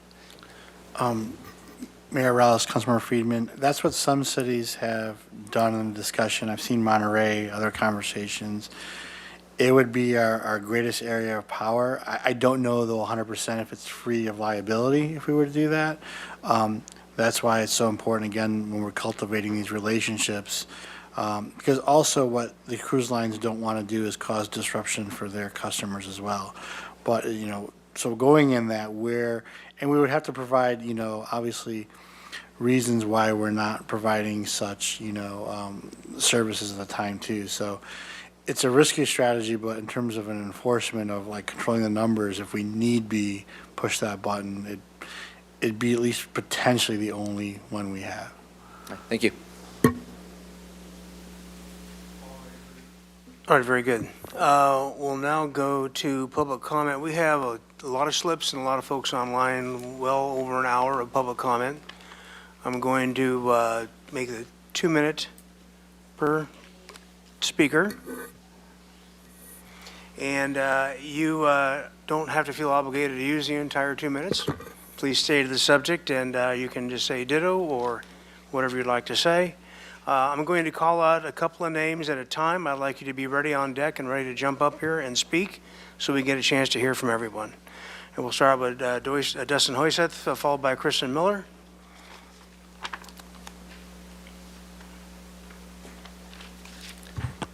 Hello, Mayor Rouse and council members. My name is Dustin Hoyseth. I'm the Public Policy Manager with the Santa Barbara South Coast Chamber of Commerce.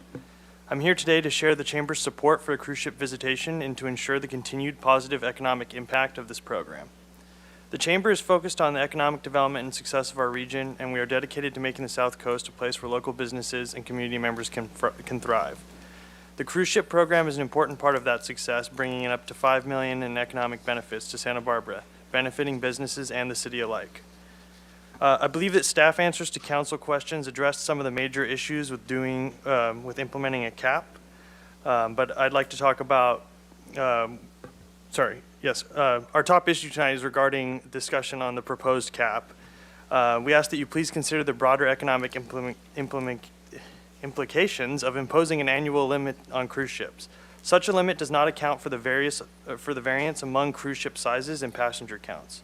Not only would this mean less cruise ship visits, but it could also mean significantly less cruise ship visitors.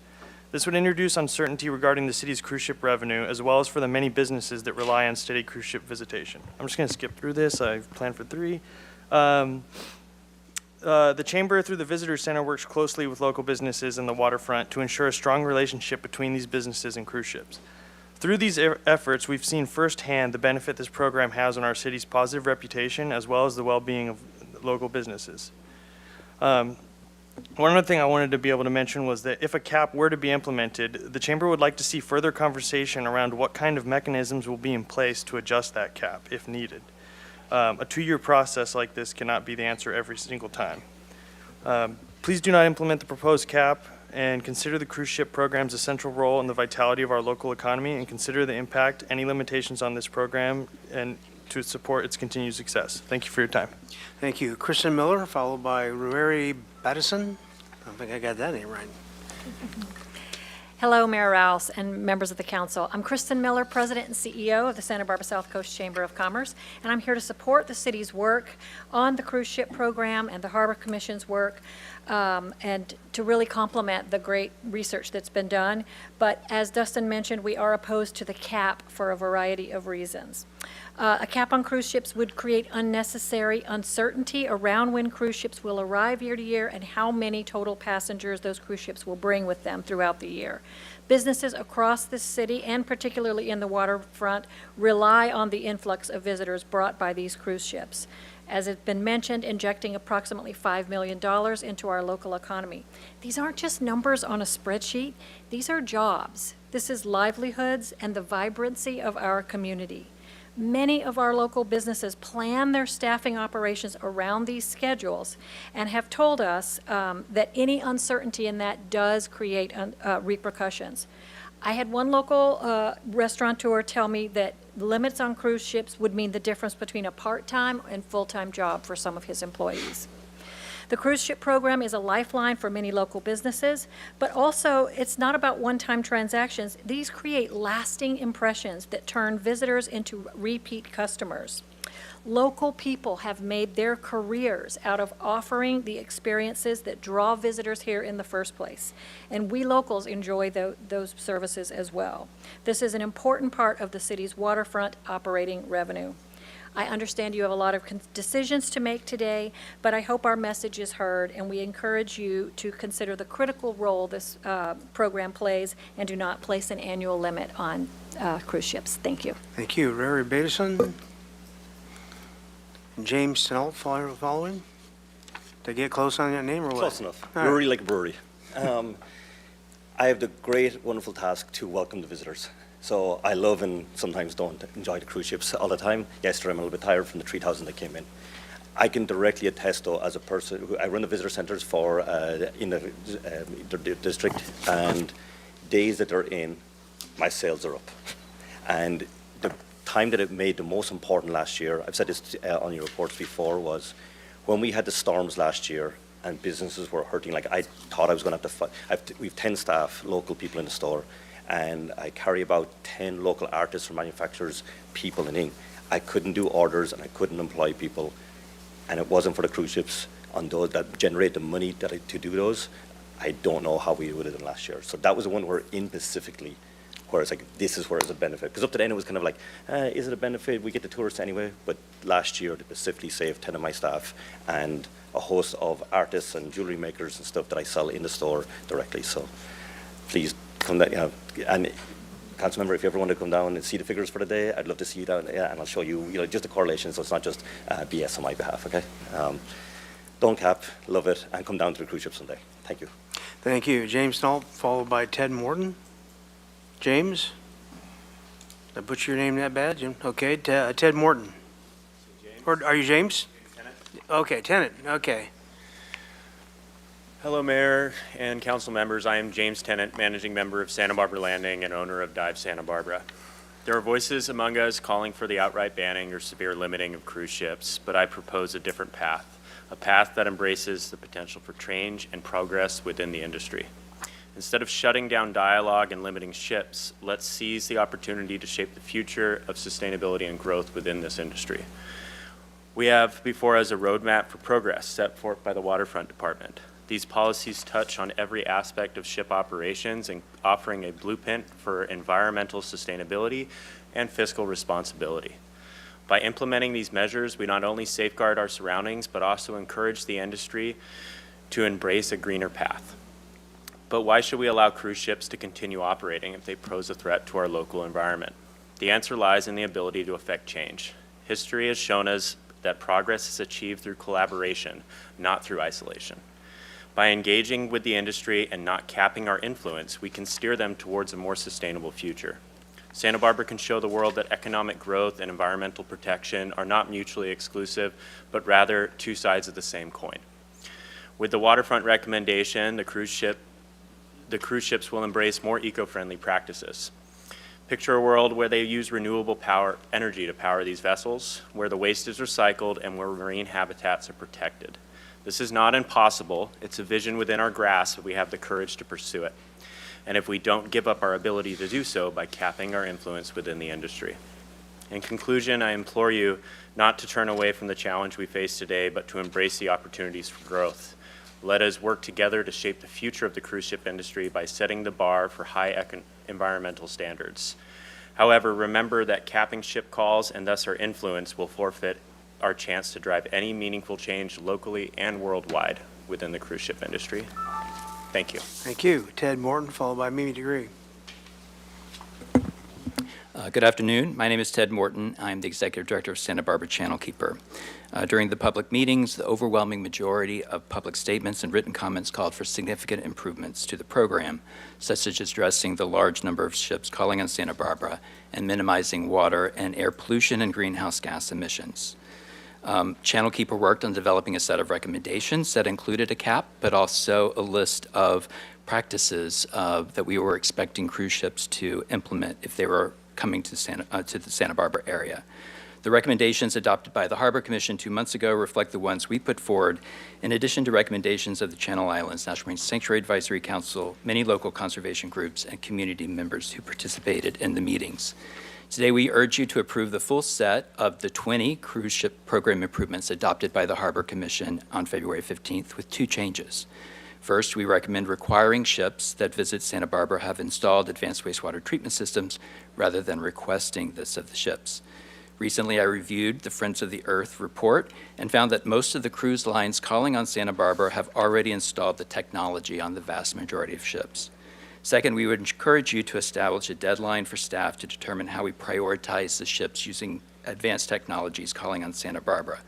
We envision a checklist, not using new regulatory authority, and we are willing to share our ideas and assist if staff is interested in our input. We would urge the City Council to establish a cap on the annual number of visiting ships. The waterfront staff has recommended adding no weekend visits to their current scheduling practice as a way to naturally limit ship visits. In 2022 and 2023, there were only 3 ships that visited on weekend days. The staff approach still leaves approximately 200 days to schedule visits. This provides a substantial leeway to expand the program, and is inconsistent with the public sentiment expressed in the public meetings and the recommendations that the working group held. Thank you for receiving my comments. Mimi Degree, followed by Jeff Phillips. Hi, Mayor Rouse and Council. Mimi. Thank you for taking this public comment. So my name's Mimi Degree, and I moved here 27 years ago with my late husband, Mike Degree. And together, we made ocean films and had the good fortune to be all over the world, but we chose here to settle because of our beautiful channel, because of the vibrant environmental community, and because of the university doing great research. So about 15 years ago, we noticed an increasing tagline for our work, and that is that we are destroying the ocean before we even know what's there.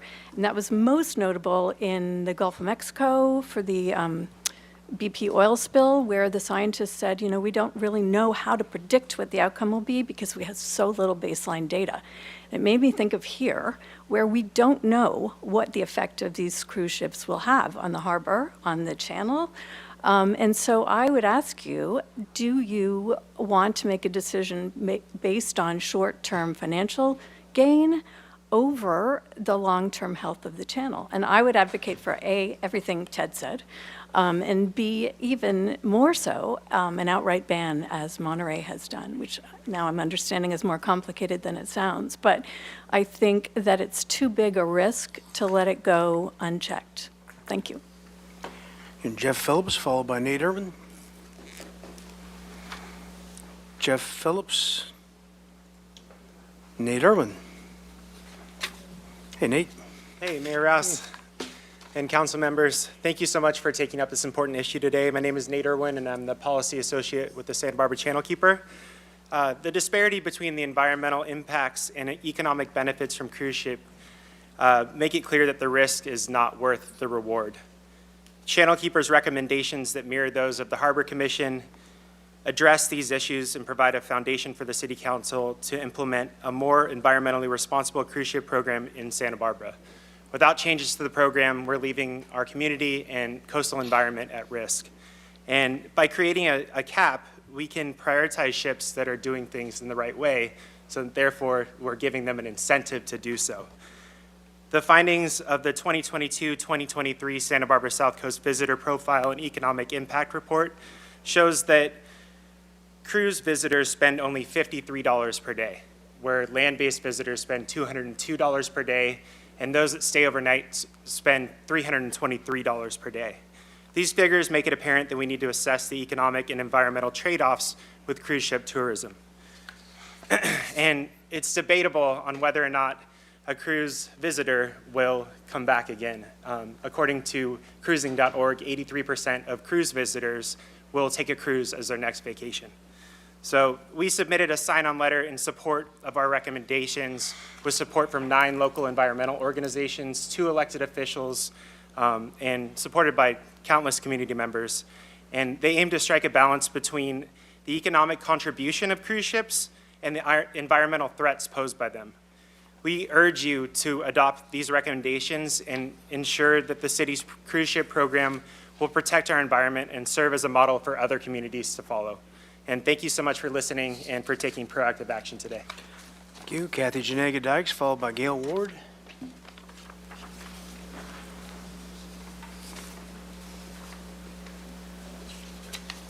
Good afternoon, Mr. Mayor, members of the City Council. My name is Kathy Janaga Dykes. I'm President and CEO of Visit Santa Barbara, and I'm representing the many hospitality businesses and their employees. Just as you do, Visit Santa Barbara works to champion the region's unique beauty and protect the natural and commercial vibrancy of our community. And I certainly appreciate how much effort has been done in this work by all of you, certainly the harbor, the commissioners, and even our residents. But I do ask that you do not impose caps on the number of cruise ships coming into the area. Instead, we support balancing such decisions through the professional staff of the waterfront department, as noted by Mr. Wilshire earlier in his presentation, where they evaluate each cruise ship call and they do this case by case. And they've done this for years, and the process has worked. I just want to touch on the economic value of cruise ships, and whether it's following natural disasters or the pandemic or even this winter's disruptive storms. The businesses here in Santa Barbara rely on a broad diversity of customer types, including our annual cruise ship passengers. Currently, our total number of people visiting the area is about 10% below our peak visitation. And this is impacting, of course, our sales tax collections to the city's general funds, hospitality businesses struggling to operate downtown, and also local employees as regional unemployment does rise. So I ask that you don't move from this well-regulated policy to one that appears to be unwelcoming to our cruise passengers. Thank you. Thank you. Gail Ward, followed by John Cunningham. Good afternoon. Thank you. My name is Gail Ward. I've lived in the Mesa neighborhood for 50 years, along with my children, my grandchildren, so this is my forever home. I looked back, reflecting on this, I look back at the city plan. So as quote, "The city of Santa Barbara is situated in a natural basin. It's protected by foothills of the Santa Ynez Mountains, with mountains as its backdrop and the Pacific Ocean as its front door. Santa Barbara reposes in a setting of exceptional charm. Added to this setting are the scenic resources of the Santa Barbara Channel. Cruise ships in our harbor don't align with this Santa Barbara plan. Our priorities have always been creek and ocean water quality, preservation of our unique city. It's so special. City of Monterey, as they've said, is of similar size and situation and has excluded cruise ships from anchoring in their waters. Their waterfront department funds come from slip fees, parking fees, rentals, probably things like the Monterey Jazz Festival. Just think of all the money we get from the Santa Barbara Film Festival. People come, they shop, they eat, they stay in hotels, they love it, they're here. As of February 2024, Venice, Italy finally barred large cruise ships from its Grand Canal and their docking port due to pollution created by cruise ships and the fragile historic nature of Venice. We can do the same. We can decide to phase out these cruise ships. They weren't here before 2000. Our waterfront department's valuable. We can find other ways to support the waterfront. Thank you. Okay, Jim Cunningham, followed by Suzanne Cohen.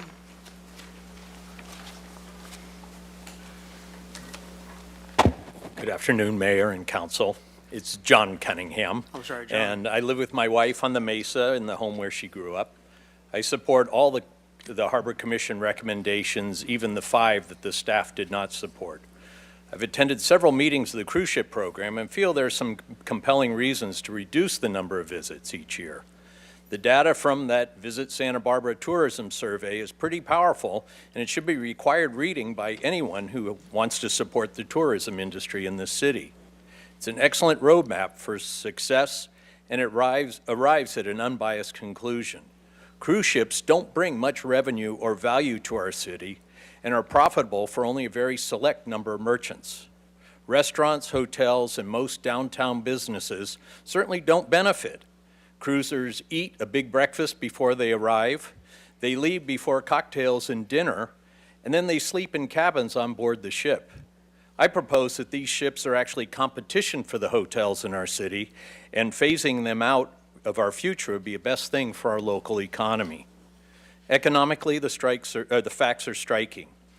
The Visit Santa Barbara report found cruise ship passengers spent $53, as Nate said, while an overnight passenger on land, or person on land, spends 6 times that amount, $323. And they contribute to our cleaner creeks through that transient occupancy tax. So you're getting a double agreement with those folks. You don't need a degree in harbor mastering to recognize that the Santa Barbara is a terrible place to park a monster ship. There's no pier for access to clean electric power. So the ships spew tons of diesel smoke all day long, and this practice essentially dumps soot all over our current climate action plan. Not to mention the shipload of toilets that are flushed as they depart each evening. More pollution is never in our best interest. So, Thank you. Thank you. Suzanne Cohen, followed by Dr. Maria Felice Cunningham. Thank you. My name is Suzanne Cohen. I serve as a City Harbor Commissioner. I also served on the cruise ship subcommittee, and I'm also a local business owner. I want to just skip around really quick. Let me really quickly discuss the recommendation to prioritize cruise ships with exemplary environmental records. This recommendation stems from Princess Cruise Lines being convicted by the Department of Justice of 7 felonies for, quote, deliberately polluting the seas and intentional acts to cover it up. They paid the largest ever criminal penalty for deliberate vessel pollution, and at the time, approximately 80% of the ships that were coming into Santa Barbara Port were connected with this one cruise line. Doing business with environmental criminals not only puts our city at risk, but it sends the wrong message to industries. This is not a high bar. The city can create an application process. They can ask, does your company have environmental convictions? That would be a simple one or a good place to start. Other regulatory boards are not going to look after us. That is really clear. You can look at some of the other areas that have had issues, such as Glacier National Park, where they had a spill, and they are now implementing their own regulation process. I want to also say that Monterey cited the risk of a black swan event for the reason for canceling their cruise ship program. What the Harbor Commission has asked for is that we do the same thing they do, which is to just stop visitor services once we've received a cap, just like Councilman Friedman said. Monterey has had, I've spoken to the city manager there, they have had no legal action there. They have had no issues there. Avalon, I've spoken to their city manager. They had 113 cruise ships last year, and they are looking to eliminate some of their visits because they think it's too much. So those cruise ships are going to go somewhere else, and we're the only port right now that is open. Dr. Maria Felice Cunningham, followed by Holly Sherwin. Thank you, everyone, for asking such deep and probing questions. It was great to hear you do that. My name is Dr. Maria Felice Cunningham, and I had a long career in insurance risk underwriting, risk management, and leadership development around North America. Then I went on to graduate with a doctorate in climate change and how humans were going to mitigate it. Because of this background, I want to pass on to you why cruise ships pose an exponential risk to Santa Barbara's air, water, oceans, fish stocks, whales, dolphins, seals, and tourism. At this juncture, you have plenty of information on the toxicity of these ships and solid statistics on why a focused change to smaller cruising ships that feature educational ecotourism brings the most profitable tourists to Santa Barbara's long-term goals. Thus, take the time to read the letter I sent you, because in there I did a lot of research on how millennials and down are the market to focus on for ecotourism. They spend the most money for wellness, and ecotourism is part of the whole wellness industry, as well as eating, drinking, and coming back again and again. The cruise ships don't do that, and they're an environmental and air quality disaster. After attending several meetings, I surmise that the harbor master and those he pays to run his programs profit first, while the rest of our city and probably county get scatterings.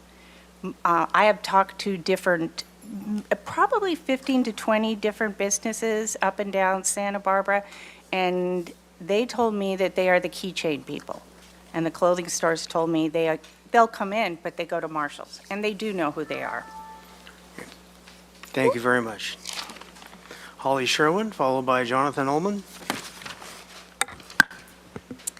First off, thank you, City Council and Waterfront Department, for allowing the public to participate in this open debate.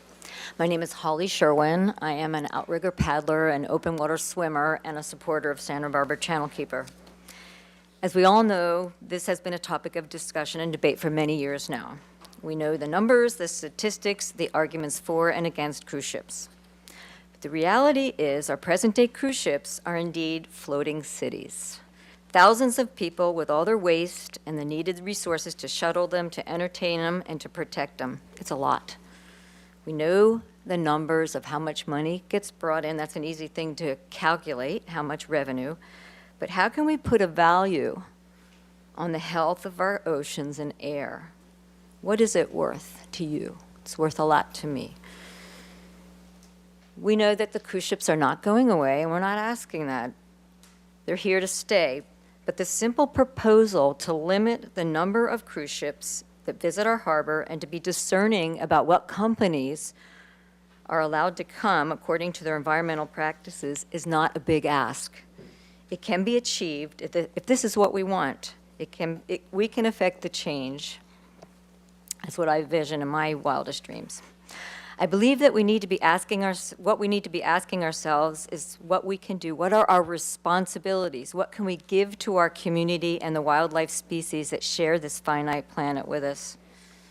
If we are the stewards, I would encourage everyone to think about how we can be givers and not takers, how we can make things better, and not just for our pocketbooks, but for the generations of people who will inherit this beautiful coastline long after we are gone. Thank you. Thank you, Jonathan Ullman, followed by Philip Henius. Hi, good afternoon, Mayor, members of the council. My name is Jonathan Ullman, and I'm representing the Santa Barbara Sierra Club.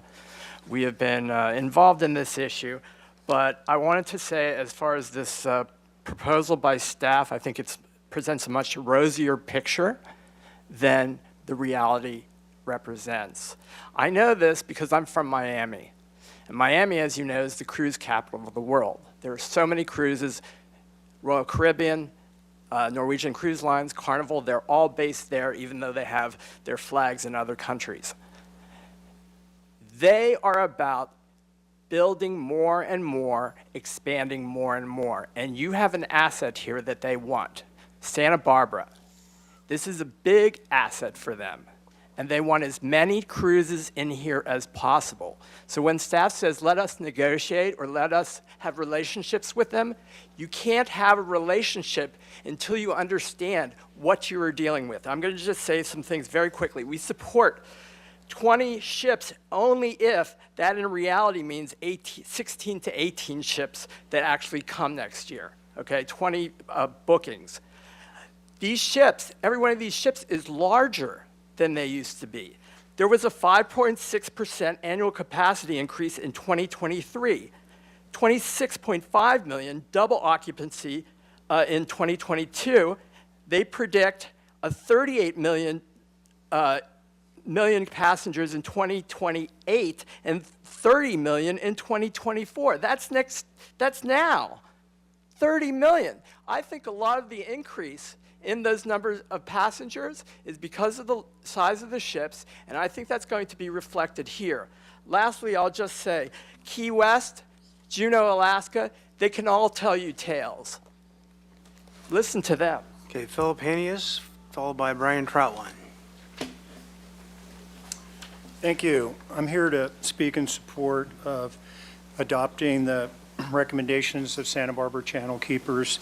I'm not a fan of the cruise ships being in town, but I know it's a program that was started way back when with as few as a handful of ships that has grown to be over 30 ships, which I think is a bit of an atrocity. It's been pointed out by a number of speakers today that the cost versus the reward is unjustified.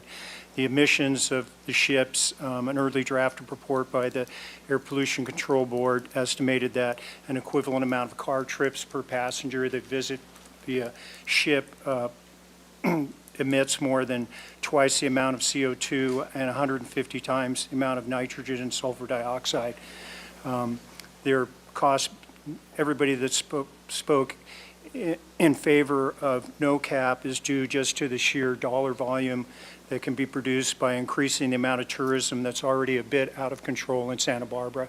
If any of you guys have gone down to the Waterfront Festival in the last couple of years, it takes you 45 minutes to find a parking spot, even though you got City College parking right there.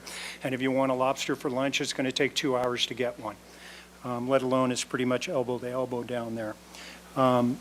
The visual impact they have is negative, basically, as, once again, just a citizen that's not benefiting at all from seeing them.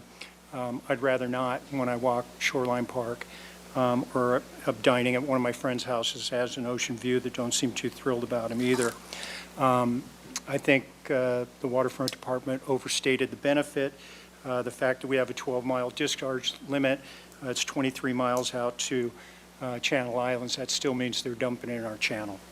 I appreciate the opportunity, but I highly recommend that you limit the amount of cruise ships, and 20 sounds like a high number to me. The final speaker slip is Brian Troutline. Thank you and good afternoon, Mayor Rouse and council members. I'm Brian Troutwine, Environmental Defense Center Senior Analyst and Watershed Program Director. We join with so many of your constituents, local families, and other groups that support Channel Keepers' proposed limits on cruise ships. The Santa Barbara Channel is a remarkable resource which supports our incredibly valuable coastal recreation and tourism industries. It's a global biodiversity hotspot, and it's a really important area for the fishing industry. Views of the channel, of course, are outstanding values, but cruise ships threaten all of these important local values. That's why EDC backs Channel Keepers' recommendations. Specifically, there should be no more than 18 cruise ships visiting Santa Barbara every year. And cruise ships allowed to visit Santa Barbara should be limited to those with the best environmental track records and pollution prevention technologies. The city should advise all ships visiting Santa Barbara to travel 10 knots or less to protect marine mammals and to protect our clean air. And the city should maintain the cruise ship subcommittee, encouraging public participation in decision-making and adapt the city's policies based on evolving best practices for industry sustainability. This approach would allow reasonable accommodation for the industry, while also protecting Santa Barbara's irreplaceable environment. Please support your community and your constituents, and support Channel Keepers' recommendations. Thank you. All right, very good. Mr. Clerk, we have some speakers online. Yes, Mr. Mayor. Tatiana Frazier, will have you go first, followed by Marcy Keever. Tatiana Frazier, if you could unmute your mic, please.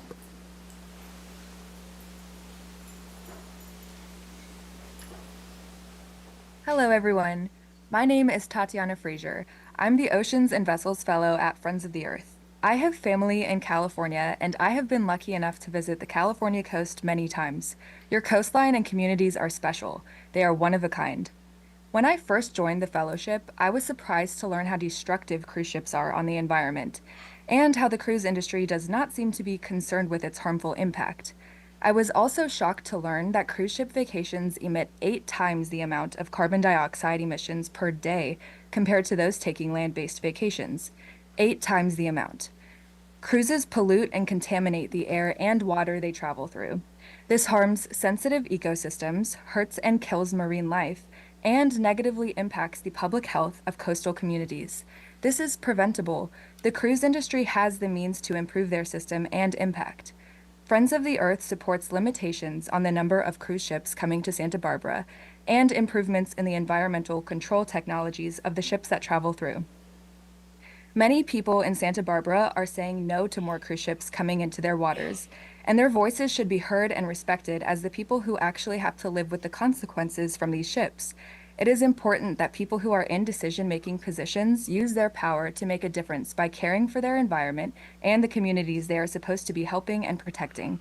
Putting limits on the cruise industry is an okay thing to do. In fact, it is a good thing, as it allows the industry to exist in a healthier way with both the communities and the environments they pass through.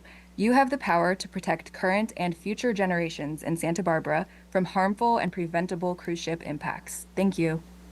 Thank you. Next speaker, please. Next speaker will be Marcy Keever, followed by Jamie Diamond. Marcy Keever, if you could unmute yourself, please. Thank you. My name is Marcy Keeper. I direct the Oceans and Vessels program at Friends of the Earth. We issue a semi-annual report card that's been mentioned here that grades the cruise industry on its environmental footprint. And sadly, our research shows that the large cruise ship industry continues to fail across the board for its air and water pollution footprint along with its climate emissions. We support Channel Keeper's recommendations for limits on the cruise industry and improved control technologies for the ships that come to Santa Barbara. While California has prioritized protecting its air and waters from cruise ship pollution by implementing strong rules against dumping and mandating cleaner fuel, the industry continues to install technologies like exhaust gas scrubbers that convert dirty air pollution into toxic water pollution. For example, according to our research, 9 of the 11 cruise ships that have or will visit Santa Barbara this season have scrubbers installed. While they aren't allowed to use them in California, thankfully, as soon as they leave our waters, they can switch to dirtier, cheaper fuel and scrub their smokestacks, dumping that pollution into our ocean waters offshore. In addition, while many cruise companies have installed better, more advanced sewage treatment systems on their ships, there's zero ongoing independent oversight over how those systems are operating while they're in our waters. The Coast Guard can only look at so many ships. And unlike these land-based sewage treatment systems, they have to, which publicly disclose their performance data like daily, we don't have that with cruise ships. We have a no discharge zone close to shore and these voluntary agreements, which are much appreciated, but they don't do enough to protect our ocean waters from wastewater pollution.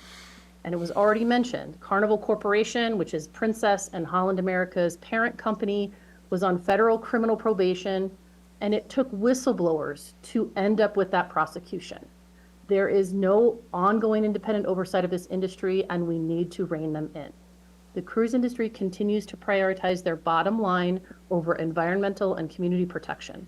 I'm urging you to join communities like Monterey, Key West, Florida, Bar Harbor, Maine, Venice, Italy, and many others, and put limits on the industry now, rein in their pollution, and demand better for our ocean waters, airshed, and climate. Thank you. Next speaker, please. Next speaker will be Jamie Diamond, followed by Sivan Lasieur. Jamie Diamond, you can unmute yourself, please.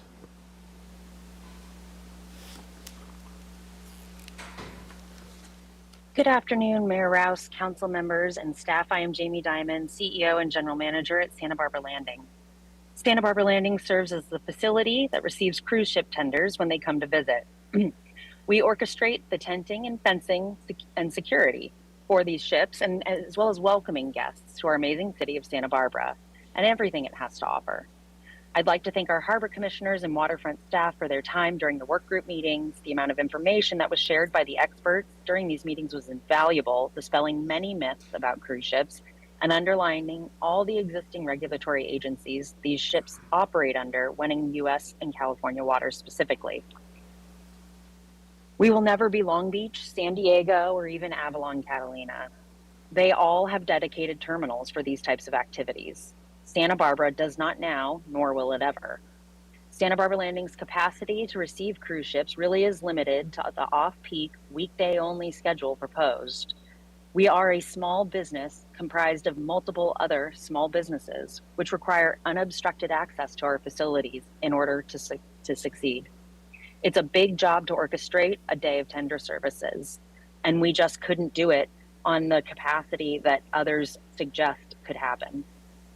The creation of hard caps on visits and bookings, as already mentioned by Mr. Wiltshire, creates a serious problem in the ability for the waterfront to essentially book and potentially overbook, knowing some ships will eventually cancel for various reasons. There's a natural cap that already exists because of the parameters in place. The addition of any of these other parameters will further limit calls. A hard cap will create an economic uncertainty for the businesses that rely on these calls, like mine. The other concern relates to any regulatory demands. By demanding specific types of technology, we're pigeonholing ourselves. As you know, technology and the understanding of best practices are always evolving. Let regulatory agencies that exist handle those types of requirements. Pilot services are not necessary here because we're not that type of location with navigational hazards such as a bay with bridges, overpasses, or a port with multiple docks to anchor up to, or excuse me, tie up to. All right. In regards to discharge concerns, I'd like to point out we've never had a beach closure after a cruise ship, but we do Ms. after Diamond, almost every rainstorm. your time is up.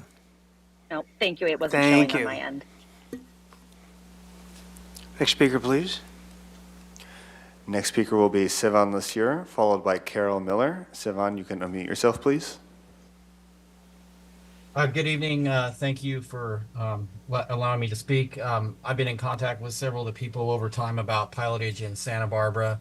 I'm a licensed state pilot in Monterey. We were part of the San Francisco Bar Pilot. We are part of the San Francisco Bar Pilots, and we've had for 20 years been offering pilotage for Monterey Bay, and continue to do so even though cruise ships are currently not visiting. The pilotage issue has been addressed extensively and I think in a pretty fair manner in this meeting. But I do want to point out that the responsibility of how a pilot gets to and from a vessel is the pilot's own responsibility. It would never be a part of Santa Barbara's responsibility. And also, you know, it's just brought up again by the last speaker of that Santa Barbara is an open bay, but so is Monterey. And 20 plus years ago, when Monterey decided to establish a pilotage area, or assist in establishing a pilotage area, it was to protect the National Marine Sanctuary there and the Del Monte shell bed there. And we all know Santa Barbara has a lot of environmental areas that need to be protected. So I encourage the City Council to continue to look in pilotage as an option. And it's not an easy process, and it's not one that will happen overnight. But I would like to encourage the City Council to continue its effort and to recommend that continue to be looked into. Thank you very much. Next speaker, please. Next speaker will be Carol Miller, followed by Lee Heller. Carol, if you can unmute yourself, please. Yes. Hi. Thank you for allowing the public to comment on this. At one of the previous meetings held maybe a year ago, I found out that the Waterfront Department is self-funding. I was really sorry to find that out because I wish I knew that the staff was beholden to taxpayers, not to private businesses. I think I'd like to take issue also with the gentleman from Sea Landing who said history has shown us that progress is achieved through relationships. Just think of school segregation. I think requirements achieve a lot more progress. And I also want to say that I think many of us just feel somewhat helpless at the degradation of our environment. I'm a 62-year-old native Santa Barbaran. Tide pools used to have life in them here. They don't anymore.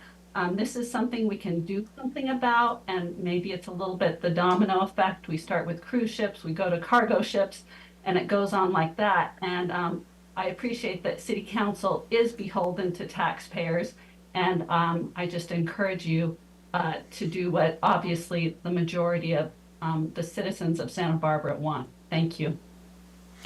Next speaker, please. Next speaker will be Lee Heller, followed by Irene Cook. Lee Heller, if you can unmute yourself, please.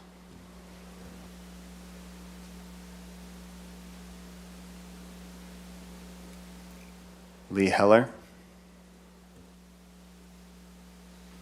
Okay. Next speaker will be Irene Cook. Irene Cook, if you can unmute yourself, please. Yes.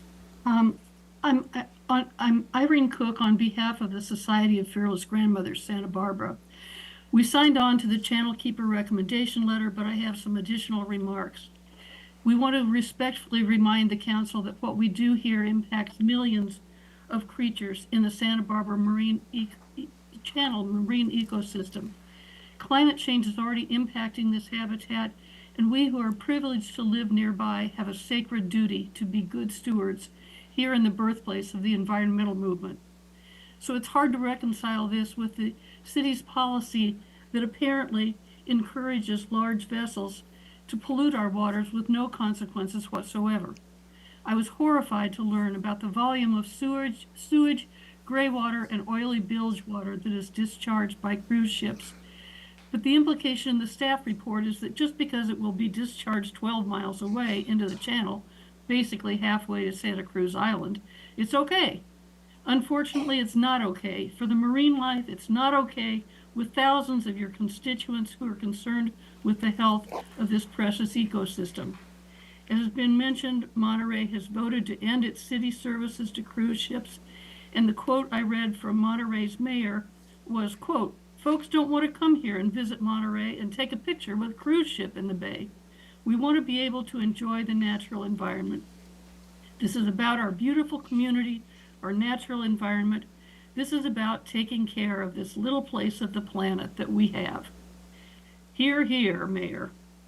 I would add, you won't allow skyscrapers in Santa Barbara. Why do you invite them into the harbor?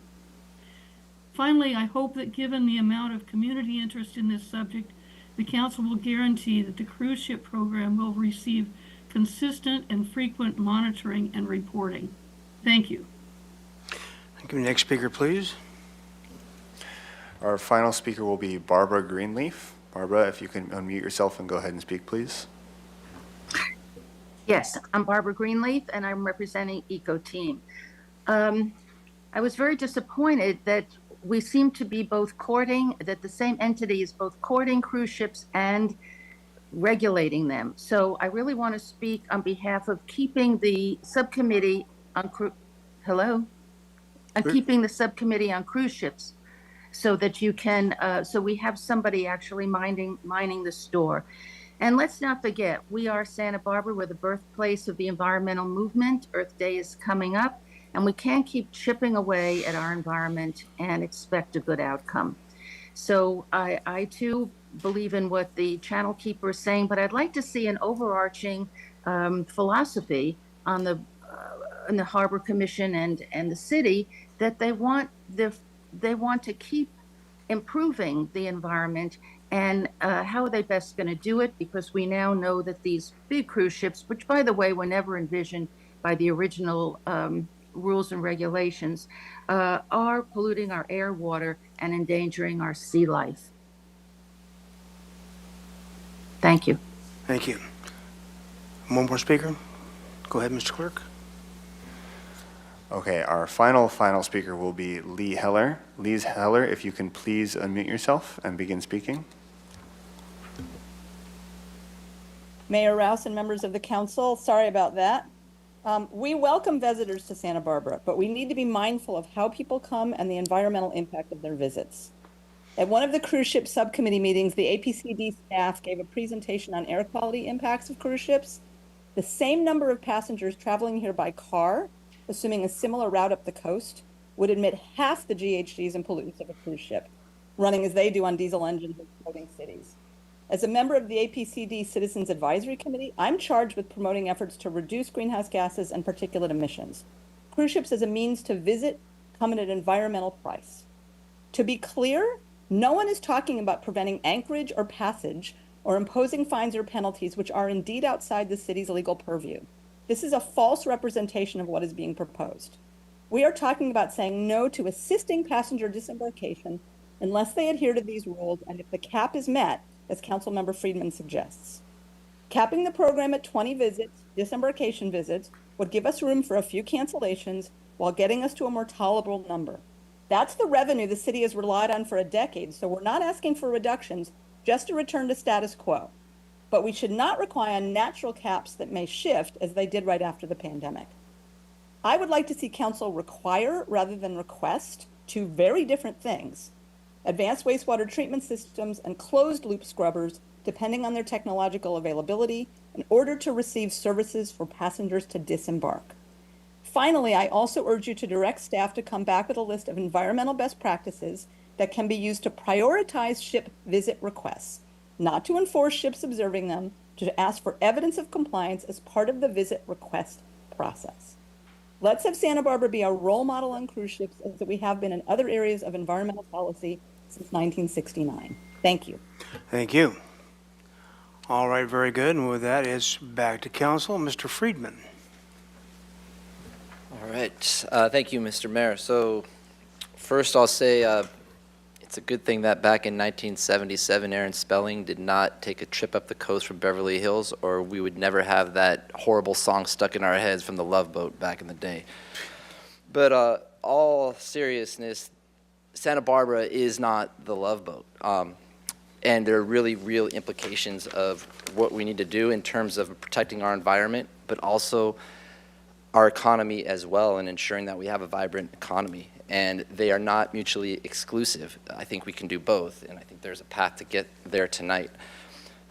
First, I really do want to thank all the many stakeholders, many of whom spoke tonight, but were part of this 2-year process. It's an important process, and it reminds me back about 15 or so years ago, there was another process that was in play with the offshore oil wells. And the environmental community came together with the oil industry, and they had come up with a plan to actually decommission the oil wells off of our coast over a 15-year period. And it was a historic agreement at the time. And it was one where the oil would have been allowed to go forward for 15 years, but there were a lot of concessions, and we would have got a lot of many environmental benefits. And if that had gone in place, we would actually be receiving those now. And the decision makers, government officials at the time, weren't able to codify that. I think we can look back at that and say, why didn't they do it, and what can we do with this? This is a historic opportunity because we have groups, Channel Keeper leading the way, among others, Environmental Defense Center, who was the spearhead of that effort back about 15 years ago. You could have come out and said you just want cruise ships gone and held that line, and it would have been something you could have done, and it would have been within the purview of historically where we are as an environmental community. But instead, you took the approach to work with our Harbor Commission and the business community on a 2-year process. And you actually came to a compromise that everybody gave somewhat on there. And to me, that says a lot, because it means everybody's coming to the table and giving something. And when you get there, you get better outcomes, and you can adjust them over time once you've implemented them to see where they go. One of the points that really stuck with me was when Harbor Commissioner Suzanne Cohen tonight said that, referenced that with Monterey going out and Avila, we don't know what the uptick will be, what other ports they're going to go to. We just don't know. And I think we as a council have a responsibility to say, hey, the program now, in terms of the economics, it's relatively working. The environment, I know there's some who would like to push it even more, but again, going back to that process, there is a path to continue where we are now and receive those environmental benefits. And then if we need to adjust later on, we could. And I think that's an important way to go. One of my concerns is that if we aren't proactive and we are reactive, we could be here a year or 2 or 3 saying, why do we have 50 cruise ships in town, or 113 in Avila? I don't know if we get that high. So if you could pull up the slide, the last slide, 19. I want to specifically get into a couple of things on the last ones, but I'd like to, where I'm at right, actually the one right before that. I'm at the position now where I think there is a path where if we did a cap of 20, and the reason it's 20 is I think our staff does make a good point that you do have cancellations. And it would get us within that frame of about 15 or so, 15 to 18 per year that we have been. And we would maintain where we already are. And with that cap, what we could do is then get into how do we do that checklist of environmental best practices. So we come in and say the first 20 or whatever it is, 20 or whatever, if we were to do a cap, we'd have to develop it, and we could work with the Harbor Commission or the ad hoc, however they want to do it, to develop what that is, and come in and say, here's our checklist of what we want. We want to have a required that you have the advanced wastewater systems. We want to prioritize that you have the environmental compliance records. We could have a question on there, has your company ever been convicted of a crime of illegal dumping? I mean, yes or no, and you check that off, and then those that get with the values that we want here as a community to protect our environment, we would be able to do that in a checklist. And I understand that based on discussion today that, you know, the requirement is maybe a request, but it's been working with the 12 miles offshore, and yeah, that's a requirement, but it's really a request as we learned today. But I think if we went to the industry and said, hey, where we are now, it's working in terms of our economics, and we want to continue to see that. And if we were to implement these measures and we saw, hey, it's gone down to 5 or 6, we could adjust that. But we could have that data and look at it, and there's a way to do that. And then in terms of the pilot, I think it is something that we could really look at more, the benefits, the analysis of it. I don't have a recommendation on that right now. And then I think we also need to look at matching the vessel speed reduction in compliance with, or matching Assemblymember Hart's bill that is there. I think, so those are where I'd like us to go tonight, is to set a cap of 20 and then predicate it on these requirements, but at the same time, knowing that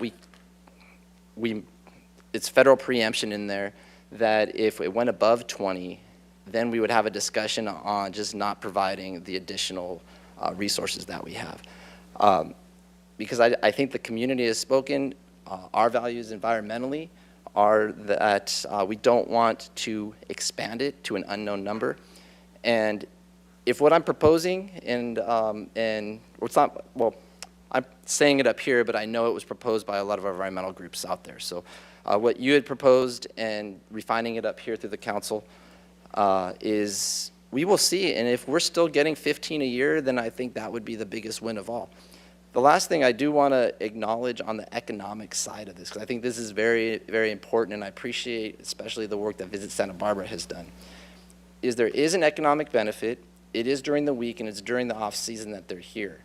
So it does, even if you're saying it's only 50 a day versus 125 or 150 a day, when it's the off-season, that's when it counts even more to protect jobs. And the other aspect of it is that with the $500,000 of revenue, if that were to go away, that has to be made up somehow. And there is no easy way to do that. One of the ways likely that it would go would be to raise parking rates in the waterfront. And then you get into an issue of coastal access and affordability for our community. And I know there's discussions, you could raise slip fees and other, but as a former harbor commissioner about a decade ago, that is very problematic, and it's very complex. And so in understanding that from that commissioner perspective, today I'm supportive of doing the compromise solution and honoring the work of this working group that brought the economic interest, environmental interests together to a compromise that everybody gave something, and that's where I've landed. Thank you. Ms. Sneddon. Thank you, Mayor Rouse. I will say that this one for me is simple. From the beginning, I've been really clear and clear over the years that I just don't want them. I don't believe that the large cruise ships fit in Santa Barbara. This is one of those things that's been clear to me for decades, long before council. Those of us who have lived in Santa Barbara a long time, 20 years, a program doesn't seem very long.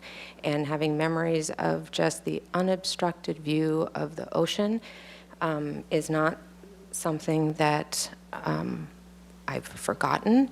And it's something that every time I see one of those ships, I teach environmental geology at City College. Every time one of these large ships is offshore, and oftentimes they look like they're billowing black smoke out of them, I just think visually, I'll get to other reasons why, but I just don't think it fits our Santa Barbara brand.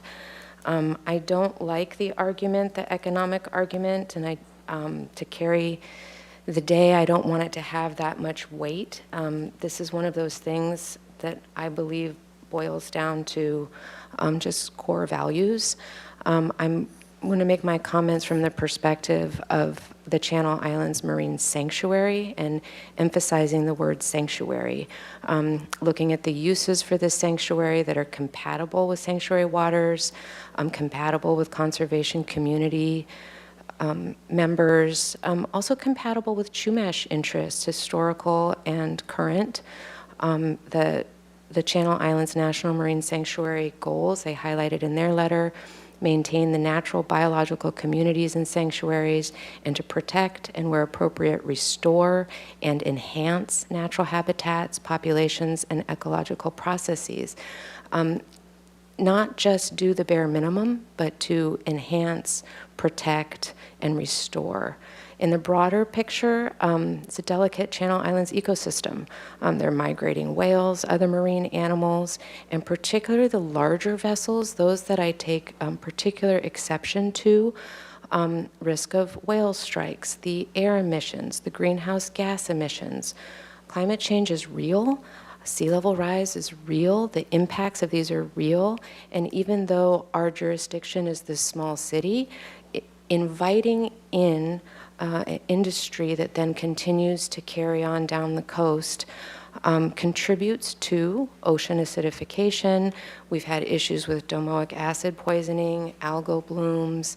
The issue with scrubbers. Scrubber water is damaging, but then not having scrubbers while they're in the channel is damaging. So the issue of scrubbers is not resolved either way. I believe in our blue economy. I believe in the power of ecotourism. I think that that is our brand far more than those who are visiting temporarily on cruise ships. From the Channel Keeper letter, also emphasizing on large cruise ships, 2 times more greenhouse gas emissions, 150 times more nitrogen oxide and sulfur oxide emissions. Those are large numbers. And again, not just while they're in our channel, but that is a ship that carries on down the coast, up the coast with those emissions. The question about how this fits into our community goals of carbon neutrality by 2035. Again, our jurisdiction is the city, but if we are promoting, inviting, supporting industry that has impacts beyond our jurisdiction, then I think we have to take that responsibility. I just think it's the wrong message to keep promoting the large cruise ships. And the tagline, as Mimi Degree said, destroying the ocean before we even know what's there.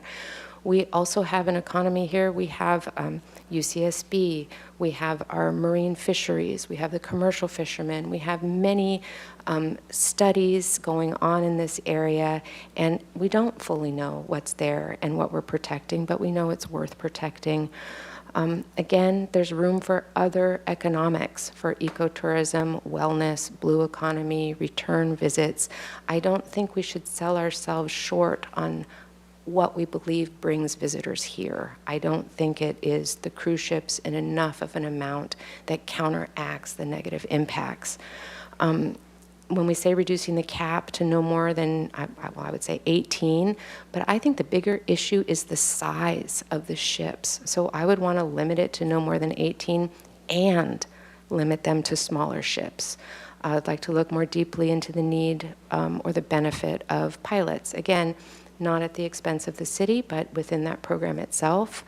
I would really like the Harbor Commission to look at independent, exemplary environmental compliance records. Maybe it is the question of, does your company have environmental violations? Or looking at another scorecard. Trust the Harbor Commission to look at that.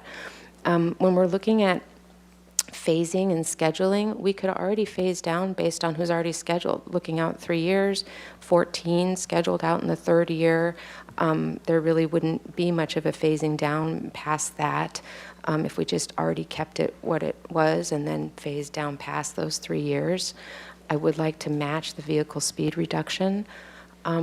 I want to be like Monterey, like Key West, like Venice. People still visit those places. They're still very, very popular, economically viable tourist destinations. And I think that we can do that without having the cruise ships. I want to be a sanctuary.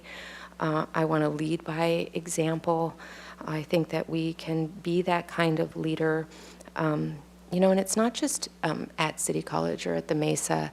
Driving along APS, the entire Riviera, that view is really obstructed by the very large cruise ships that come in. I have a lot of comments about those over the years from residents who living on the Riviera as well. So that's part of our economic driver too, who lives here. And I just think that the messaging is not to the benefit of Santa Barbara.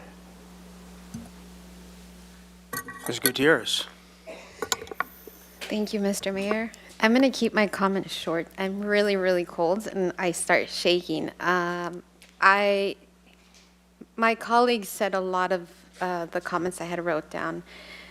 As a local, I've been living here 40 years. Growing up, there wasn't the cruise ships until 20 years ago, and I was actually at the beach yesterday and saw the cruise ship, and I was thinking, oh, this is going to be on council. I really would like to thank staff for this presentation, and I understand that there's legal consequences if we vote a certain way, but I really value the community that came out and spoke. I really like the comments about writing our own regulations for the ship, having a cap, ecotourism. That is big in Santa Barbara. Growing up, we learned about the environment and how privileged we were to live here. I live 3 blocks away from the ocean. I've seen how much East Beach has changed. Local values, that is really important to me. Environmentally, financially, it would make sense to limit the cruise ships, and I do agree with a lot of the comments that Ms. Sneddon just vocalized. I understand the economic benefits that the ships bring, but in reality, we have a bigger issue. We really need to focus on how to bring businesses here and keep them here. Because I grew up in Santa Barbara, and State Street was not what it is now. And if we rely on the ships for that economic for our city, it wasn't there 20 years ago. So we really need to start thinking out of the box. And there's a community member that said, we have an opportunity to create something good where we don't say no, but we actually can make it our own. And so Santa Barbara doesn't run with the consequences like in Florida. So those are my comments. Mr. Jordan. It'll be a long night herding cats, huh? So I guess what strikes me about some of the conversation is what my background is, and other than 6 years of going to school in the Sacramento Valley, I've lived in sight of the ocean all my life. And I share many of the comments you've heard. Some of them, like, I don't really, the sight of a cruise ship, whether it's, literally across the street from our house on the Mesa or downtown or up on APS doesn't really bother me visually. To me, it's always been of anything, it's always the invisible that's going to kill you, not the obvious. But I think we underestimate our leverage and bargaining power in this relationship right now. When I've talked to the Hollandia lady, for example, on the West Coast swing of the United States, we are the number one rated destination when they do their surveys. And many of those surveys are from people who don't even leave the ship. They just sit on the ship and enjoy the view, because who wouldn't, right? And I think we need to recognize that we can ask for more, and we can get to more, and then look at that and see what it looks like. Kind of just gauging where the conversation's going, I tend right now to, well, I started out agnostic on a cap, but I tend to say if we need to have a cap, I like the 20 ship cap as a starting number that preserves the integrity of our budget, while at the same time then attaching requirements to that cap and putting in place a system that lets the best players compete to come to the city, rather than just accepting whoever shows up first, all the way 3 years out. And then, of course, defining the best players, our definition of the best players, not the industry's definition of the best players. And on these 2 pages that are up, this one and the prior page, I just chafe a little bit because I don't see a light at the end of the tunnel on producing results. I just see us asking somebody to do something and living with the response, rather than us reaching an agreement on somebody doing something or when they will do it. And I want that light at the end of the tunnel. I'm not in favor of just not having them. I'm more in favor of working to structure it to our benefit, at least until we see those type of results. I would not be willing to agree with some of the language on that sheet that's come up from staff and Harbor Commission, because I want people with the best discharge technology now coming. I want people with the best scrubber, and I'm confused now on whether open loop, closed loop is the right thing, but the best scrubber technology and practices now coming. And I want people with that agree to the vessel speed reduction zone adherence. I want ships that will agree to do that. And I think I believe that we are in a favorable position to negotiate those and have them part of an agreement, just as we historically have reached the discharge agreement on the miles out. And then we see what happens. Maybe we get to 20, no problem. Then we can have this argument over caps all over again. Maybe that reduces the ships that are coming to 10 or 5 or something. Okay, then we'll deal with it up here. Somebody had the great comment. I don't know who it was. James, might have been, right? On the opportunity that exists here to lead both sides of this issue into the future, but offer some certainty for both of the sides' arguments or concerns. And that I think is what I would like to focus on. So I think I'm pretty much in agreement with Councilmember Friedman on where he was going, but I do want to clean up the language on require versus request in those areas over speed reduction, scrubbers, and advanced wastewater treatment systems. The rest of this on these sheets is basically stuff I think should be handled between Harbor Commission and staff. Thank you, Mr. Mayor. All right, very good.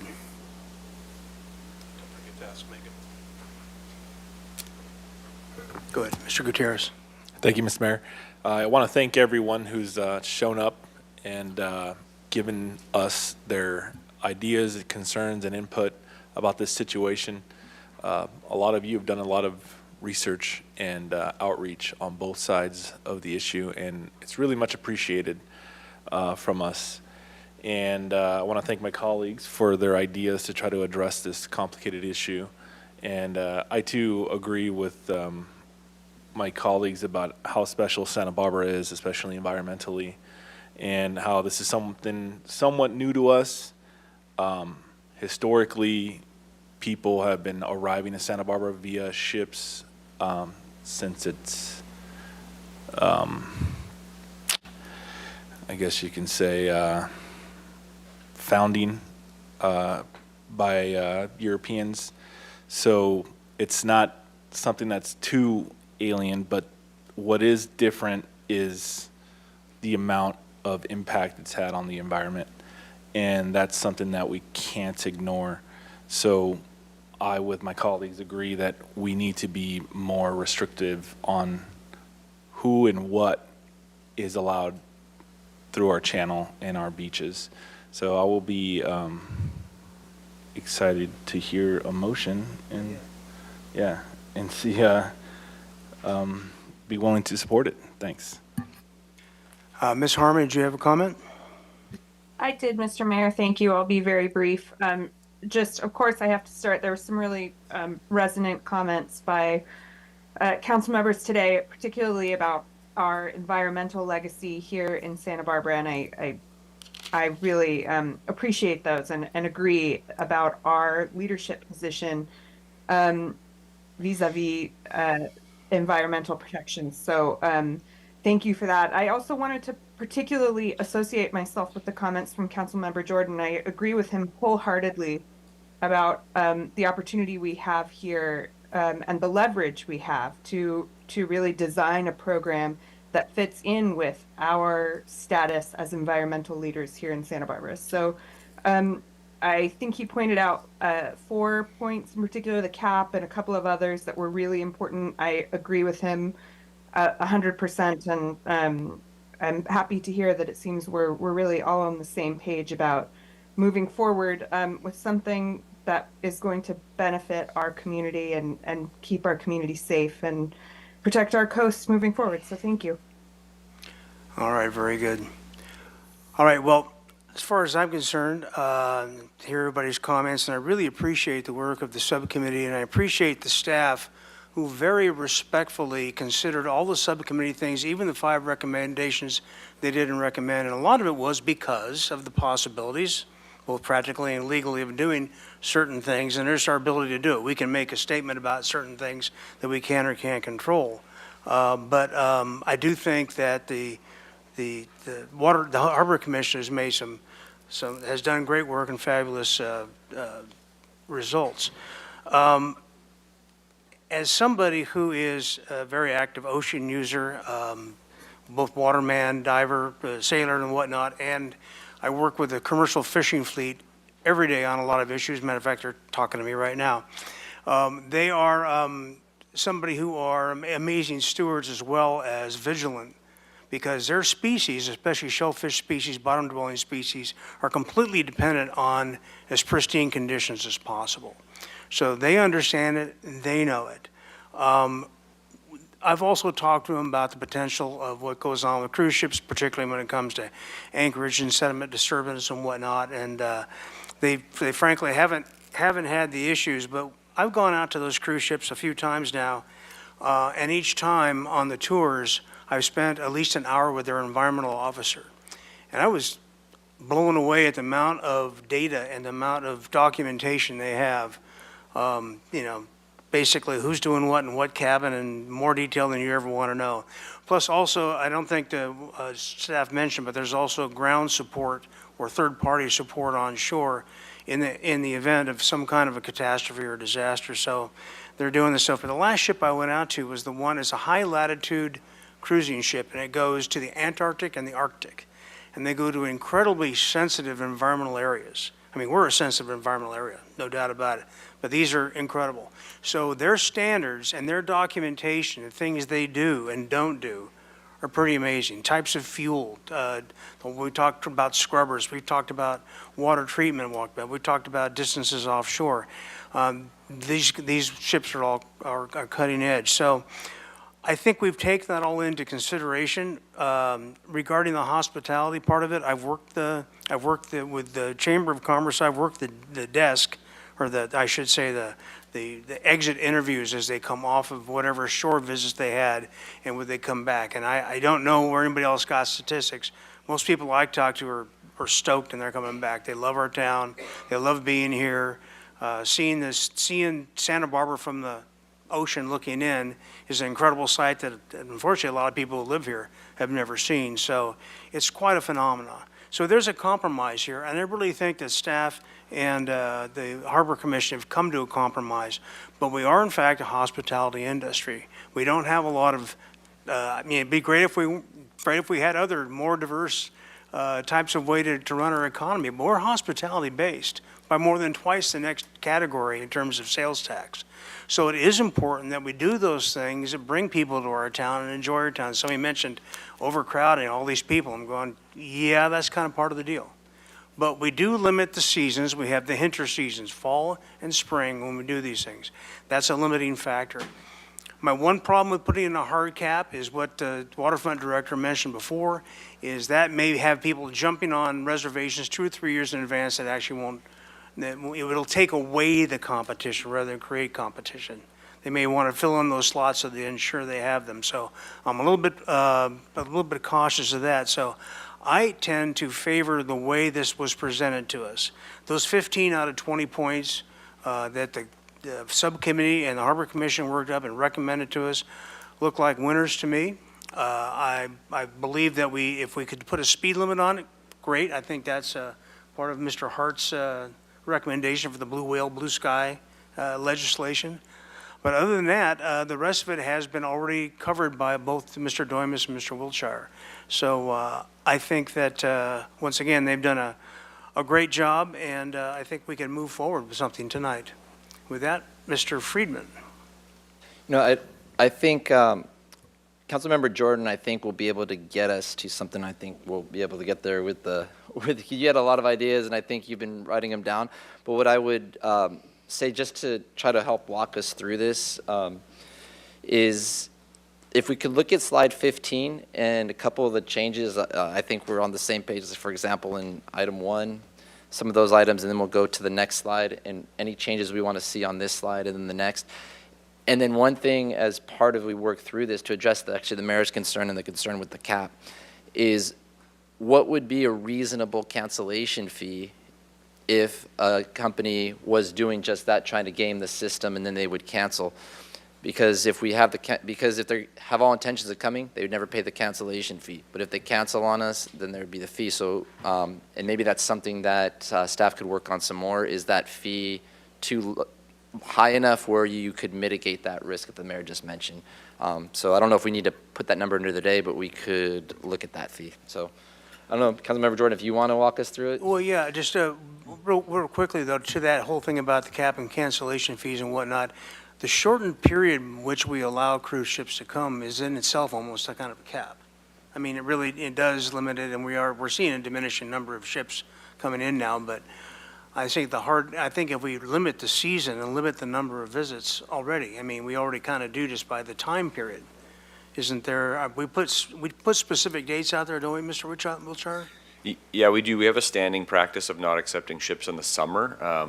This recommendation would formalize that, and additionally no longer accept visits on weekends. So it would further constrain the available dates from the demand that we've been seeing historically. All right, thank you. Ms. Sneddon, you have your light on. Thank you, Mayor Rouse. Just before we were inviting who makes motions and what they are, I thought I might reiterate a couple comments that I would like included. I understand I'm not being invited to make the motion, but I would like the Harbor Commission to be able to look at limiting to smaller ships, look more deeply into the need for pilots, look at exemplary environmental compliance records in whatever way that might work. And again, and then in agreement also with those mentioned by Councilmember Jordan about scrubber technology now, vessel speed reduction now, require versus request, and the cap at 20. All right, very good.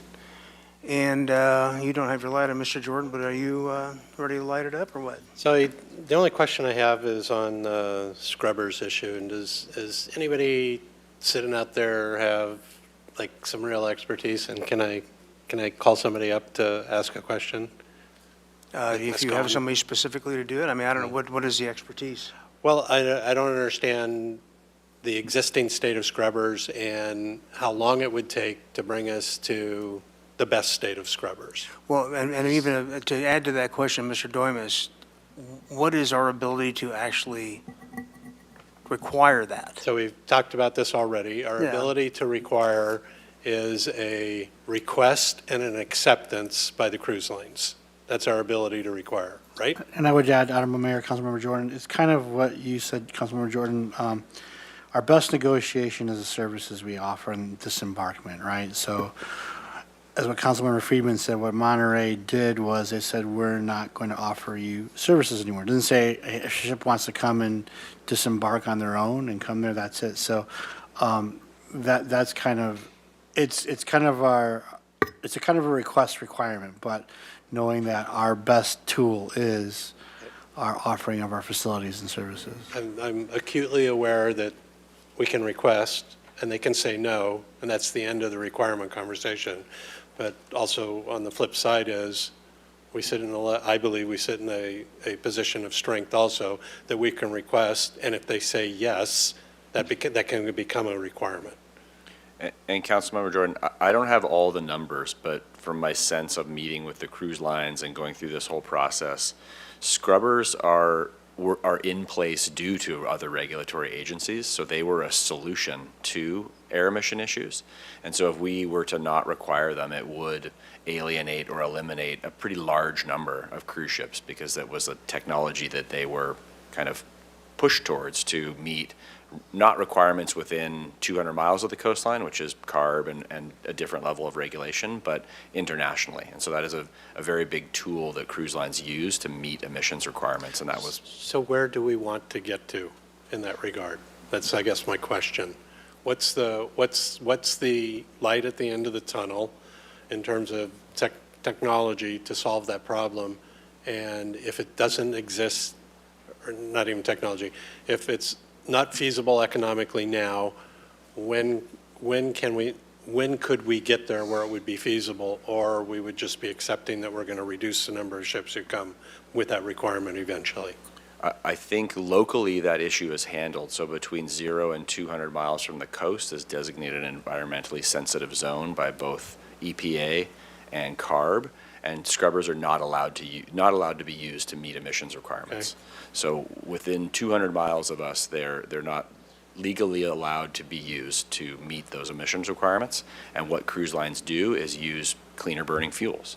So ships that are transiting the channel that are within 200 miles of our coastline are not legally allowed to use scrubbers to meet emissions requirements. So today, the unreasonable or reasonable answer to that would be to require them to move towards using cleaner fuel more than they do now, right? Correct, and Would be one option. that really is sort of an EPA regulatory push, and so there are environmental agencies pushing cruise lines and pushing EPA regulation to have ships use cleaner fuels, not only within 200 miles of the U.S. coast, but worldwide. Okay, so typically we lead the way, California and the west coast of the United States, and we definitely do in this example as well. So I don't want to muck up the points of my motion, but I also don't want to give up something that I should have. Does anybody have comments on what you just heard and how to resolve that as one of those points? Ms. Sneddon? I believe that we could send that to Harbor Commission for further evaluation.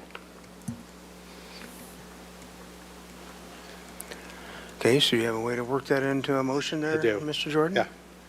Because we're all waiting. Hang on, I'm just making notes. So I'd move that we direct staff to adopt a cap of 20, continue to maintain, and I'm going to continue to use the word agreement. I don't know what that document is called, that we have them actually sign for each visit. Continue to maintain the discharge requirement agreement. We establish requirements for vehicle reduction in the zones as part of that agreement. Negotiate and establish, maybe that's a better way to put that. We negotiate and establish an advanced water treatment system requirement as part of that agreement, and that is implemented by spring 2025. So the upcoming next year spring set of boats, they need to be complying with the advanced water treatment system by then or not. We direct staff to develop with Harbor Commission a package of environmental best practices and acceptable template or rater that shows our minimum requirements, industry standards and government scorecards, environmental records, and addresses the options of using cleaner fuel to resolve the scrubber issues. And then also direct staff to work with the Harbor Commission to work on future use of smaller ships, pilots. I think I got everything on my list. Thank you for the smaller ships. Does that make sense? Pilots? Pilots, yes. The discussion point was to have Harbor Commission look at the use of pilots for the cruise ships in the channel and coming to port. I'll second that, Mr. Mayor. Ms. Harmon? I just said I would second that. Okay. As long as I don't have to repeat it. Discussion on, I would just like to ask the clerk if he was able to get all of those comments. Yes, if you could specifically repeat, direct staff to develop with Harbor Commission a package of environmental best practices, what that package would. So environmental best practices, it would include a template for minimum requirements, use of industry and government scorecards or ratings, environmental records, and then separately direct staff to work with Harbor Commission on an emphasis on smaller ships, use of pilots, and use of cleaner fuel.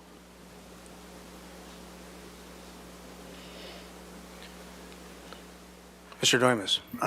Honorable Mayor, Councilmembers, but in terms of the motion, but everything else in terms of the recommendation and presentation, I think it's in 15 points. Outside of these changes, the remaining ones that don't have a change are going through as well. Because if some of the 15 contain some changes to it, but there are some that are untouched, basically. Do we need to opine on this page or not? I think you would just want to incorporate.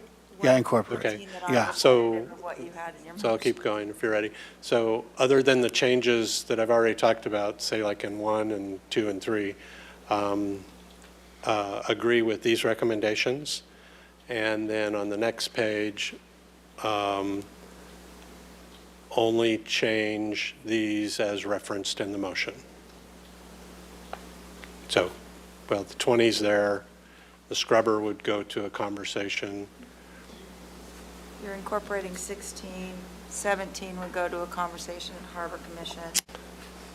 I'm silent on 18. Silent on 18. I'm incorporating 19 in the discussion with Harbor Commission.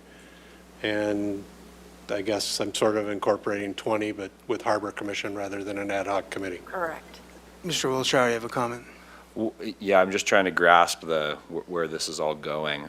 It seems that we're getting pretty close to just accepting all 20 of these and relying on Harbor Commission and staff to figure out the mechanics of the last 5 with the change of request to require. Other than the points I made in the motion. That's the part I got to rewatch this. So some are on the prior page, but if you're talking about this page, it's the scrubber one would not be difficult to prioritize you would be having a discussion with Harbor Commission over methods to resolve number 17, and the one that was suggested was more use of cleaner fuel than dirty fuel once you get out of zone, as an example. Okay, right? yep.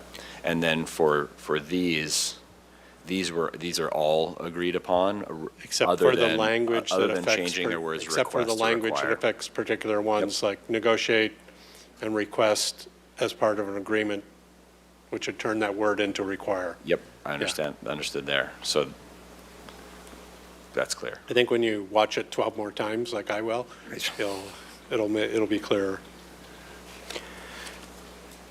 So I guess my question on the motion then would be, Mr. Wiltshire, but the scrubber technology part, the cleaner fuel thing is already in practice, is it not, for the most part, or? It is regulated locally within 0 to 200 miles, so this would be us essentially broadening our requirement from what occurs here, but we can. So it's already a done deal, we can just say we require it. We can. Yeah. All right, I just don't want to get into things, like I said, that Mr. Wiltshire or Mr. Doimus was talking about, things that are going to be either hard or almost impossible to administer, things that are subjective. And I think that, I get where you're trying to go. The pilot thing, I don't get at all, because pilots are in closed channel waters with bridges. We're not in a pilot situation. So that part I'm pretty lost on. Well, I don't either, and that's why I'm sending it back for further discussion with the Harbor Commission. Honorable Mayor, Councilmember Jordan, I think we understand, so we have the 20 points up there. There's some minor wording changes in terms of the 1 through 15. There's a couple applicable changes through 16 through 20. And part of this, again, goes back to the major premise that this is, our negotiating, coming to an agreement to use our facilities. This is what we would like to see. And then we're going to work with Harbor Commission. We report back in terms of the results of those negotiations, see how much more we can essentially get out of this process. Ms. Sneddon? Thank you, Mayor Rouse. I completely support all of the changes in the motion. I'm just struggling with if this will preclude us later while they're looking at smaller ships, limiting to smaller ships. So I will be voting no, just because I really would like to not be offering services, but I do want to voice my support for everything that has been described in the motion.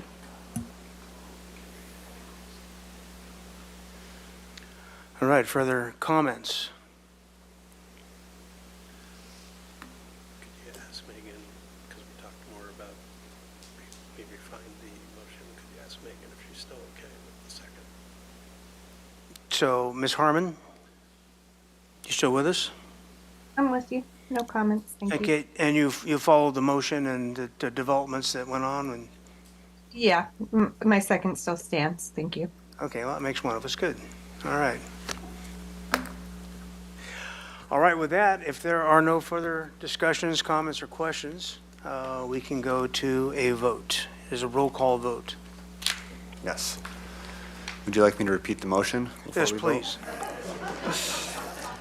I have council direct staff to adopt a cap of 20 ships, continue to maintain the agreement on discharge, establish requirements for reduction zones, negotiate and establish an advanced water treatment requirement by spring 2025, direct staff to develop with Harbor Commission a package of environmental best practices, including a template for minimal requirements, use of industry ratings in scorecards, direct staff to work with the Harbor Commission to discuss the use of pilots for ships in the channel, as well as requirements for smaller ships and the use of cleaner fuel. Additionally, they want to approve all proposed improvements recommended by both waterfront staff and Harbor Commission, other than the changes described above. Maker of the motion? Seconder of the motion? City Attorney's nodding. Okay. The motion for the proceeding was from Mayor Pro Tem Jordan, seconded by Councilmember Harmon. Councilmember Harmon, can we have your vote, please? Yes. Councilmember Oscar Gutierrez? Aye. Councilmember Friedman? Yes. Mayor Pro Tem Jordan? Yes. Councilmember Sneddon? Yes, with the comment that I would always like more. Councilmember Alejandro Gutierrez? Yes. And Mayor Rouse? No.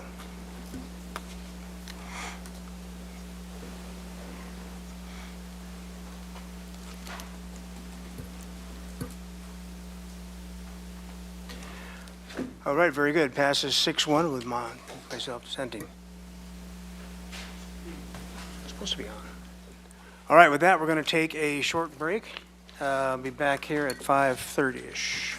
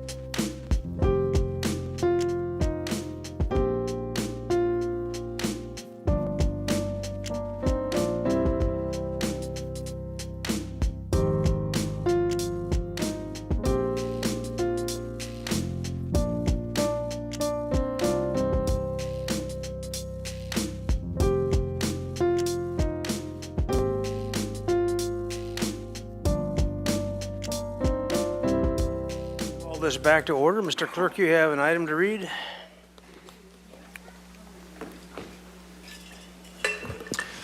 Yes, item 16, subject proposed utility rates. Well, where's all our adoring public? They went away. Huh. Please go ahead. Okay, good afternoon, really good evening, Mayor Rouse and council members. My name is Gabrielle Cook. I'm the Water Resources Financial Officer.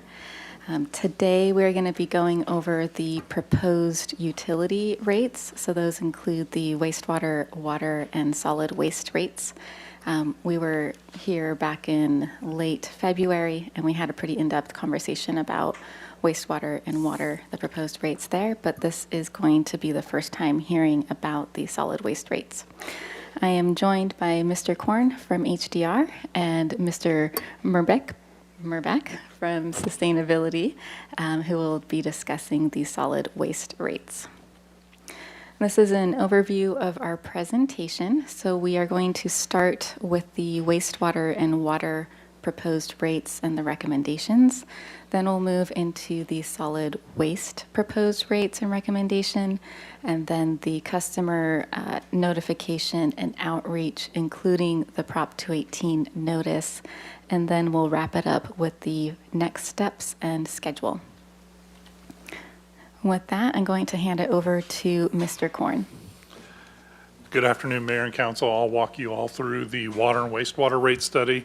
When we were here in February, we talked about the revenue requirement, which was focused on the overall percentage change in revenues that are needed to support both utilities. This evening, I'll have a briefer discussion on the revenue requirement based on the discussions we've had and focus on the rates that are the maximum rates that the council may adopt is if you move forward with the customer notification process that could be adopted during the public hearing and notice to your customers. As we go through a rate study, we try and outline our goals, the first one being developing a projection of revenues and rates that support the long-term sustainability of the water and wastewater utilities. That includes both the operating and capital needs, as well as meeting the requirements of Proposition 218 by developing cost-based and equitable rates.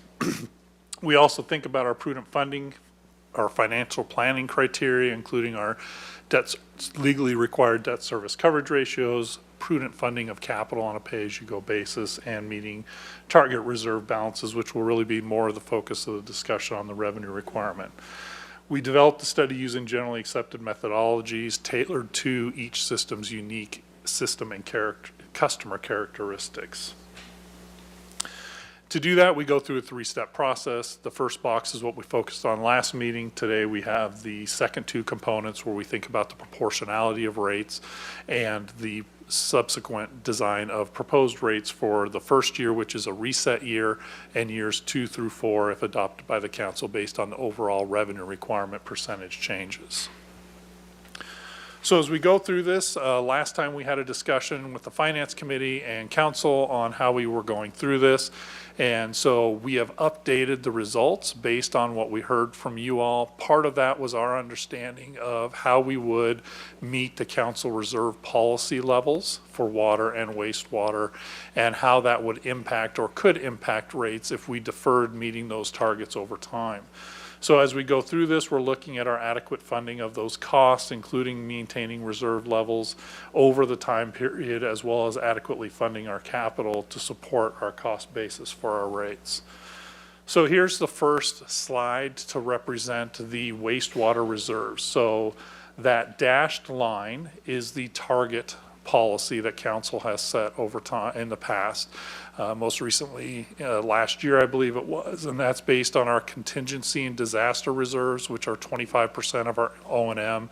And for water and wastewater, we have a capital reserve, which is based on the average of the 3-year capital plan less debt, or 5% of our net assets, whichever is less. And so that's how we develop the target based on those policies. In the prior presentation, if you look at fiscal year 28, the third from the right, then that green bar was touching the line. We were meeting council policy reserves throughout this whole process. To adjust rates slightly lower, or how that would impact rates, we have deferred meeting council policy levels until fiscal year 2030. So you can see in fiscal year 28 and fiscal year 29, we're below the target policy. We're using those reserves to fund our capital projects over this time frame. Very similar story on the water side, a little different curve here. What you can see is we're not meeting the policy from fiscal year 25 through 2028. We're just below it in 2028, and then we meet it in fiscal year 29 and 30. So as we went through this process, given the comments we received, we extended that time frame a bit to see what that impact on overall rates would be. Again, as we went through this in 2022, towards the end of 2022, I developed and reviewed the water and wastewater reserve policies, and we went through and compared that to industry standard approaches. And in our lowest year, which is 2026, and on the wastewater side, it was in 2028, we are roughly at about 5 months of annual O&M. So that's our low point. Compared to industry best management practices, when you look at Fitch or Moody's or S&P, the rating agencies for if you were to go out and issue long-term debt on the financial markets, their highly rated agencies are holding 12 months or more of O&M in their reserves. So we're less than half of that as part of this. So that's part of why when we went through and looked at extending the reserves or less than the reserves over this time frame, and you'll see in a moment here the subsequent rate decreases we saw overall, then that was part of our discussion of looking at internally, part of our discussion of looking at how we wanted to fund that. This also plays into your current water rating. So in 2022, the water and sewer utilities were actually rated in August. And a couple key components out of that discussion were the reason you had a good rating was the level of reserves you have today. And the comments on why the rating could go down or up were less reserves or more reserves or higher costs or lower costs. So this does have a direct impact on the rating. Now, it would be at the time when you actually went to market. And generally speaking, a plan like this, like you have in your policy, to get back to reserves is sufficient to impact or not to impact that rating. But again, it's individualized. On the next slide, as we went through that, one of the other discussions here is what we started with. So the top is wastewater, the bottom is water. The initial analysis in January, we were at 14% and 12s in wastewater. Staff worked diligently looking at those cost projections, and we brought that down, which is what we presented to you all a month ago or late February. We brought that down to the 10.5, 10, 10, 9.5. And then based on extending meeting the council policy reserve levels, then for wastewater, we're at 9.5 across the board. So deferring that by those 2 years bought us about 1% or 0.5% a year in overall reduction to the rates.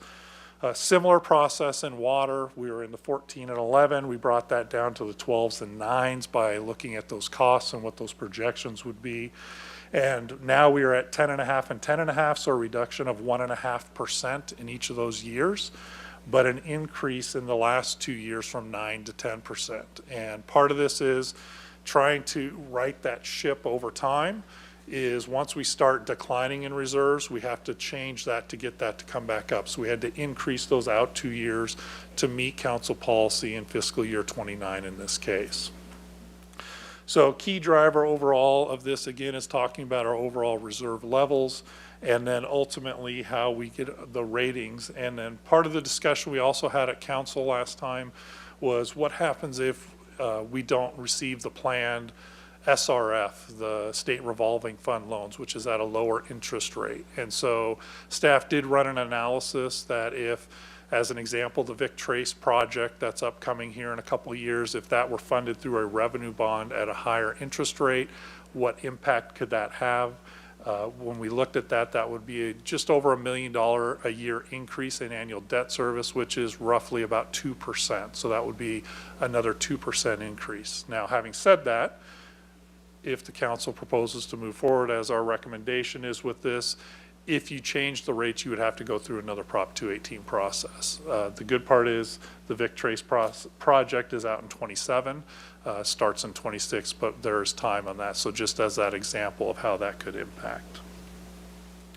So once we know the overall costs that we need to recover and the overall proportion, the overall change in revenues, then we can go through our cost of service analysis to proportionally distribute that. And that's our basis of our cost of service analysis, is to think about how we incur costs and why we incur costs and who benefits from that. So on the water, we look at average day and cost of water supply. So last time we talked a little bit about our prioritization of water supply, lowest cost being groundwater, desal being our highest cost, and how that is distributed among our different customer classes and tiers on that side. On the wastewater side, it's volume and strength. Strength being harder to treat and more costly to treat. We look at that and we distribute those costs proportionally to the customer classes. So we have a revenue generation that we need from each class to recover the total cost of each utility. From a results standpoint, on the wastewater side, they're very similar to prior results. There are minimal cost differences, and what I mean by that is when we're looking at an overall 10% change in revenues, there's also a 10% impact in year one to each of the customer classes. The one exception to that is our commercial class, and I'll talk about that on the rate design. On the water cost of service, we are seeing changes really driven by our cost of water supply and our overall water usage and customer characteristics as part of that. And one of the discussions we've had is, okay, the reservoirs are full or fuller now. Why are our costs still the same? Well, it's the infrastructure and the maintenance of those facilities that are driving our costs. It's not actually the water sitting in there as part of that. And so that's why our costs have stayed relatively static, or in this case, increased some from the last years to reflect that.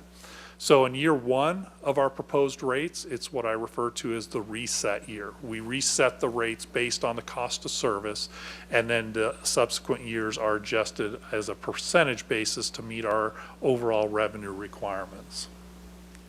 So the results here in summary of the wastewater cost of service, you can see here there's two bars. The left bar, the darker bar, is our current revenue.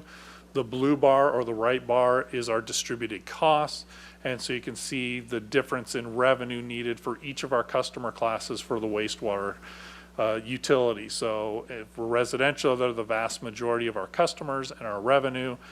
We need an increase of about $2 million. On the commercial, it's about $500,000, $200,000 for commercial high strength, and about $7,000 for our high strength surcharge.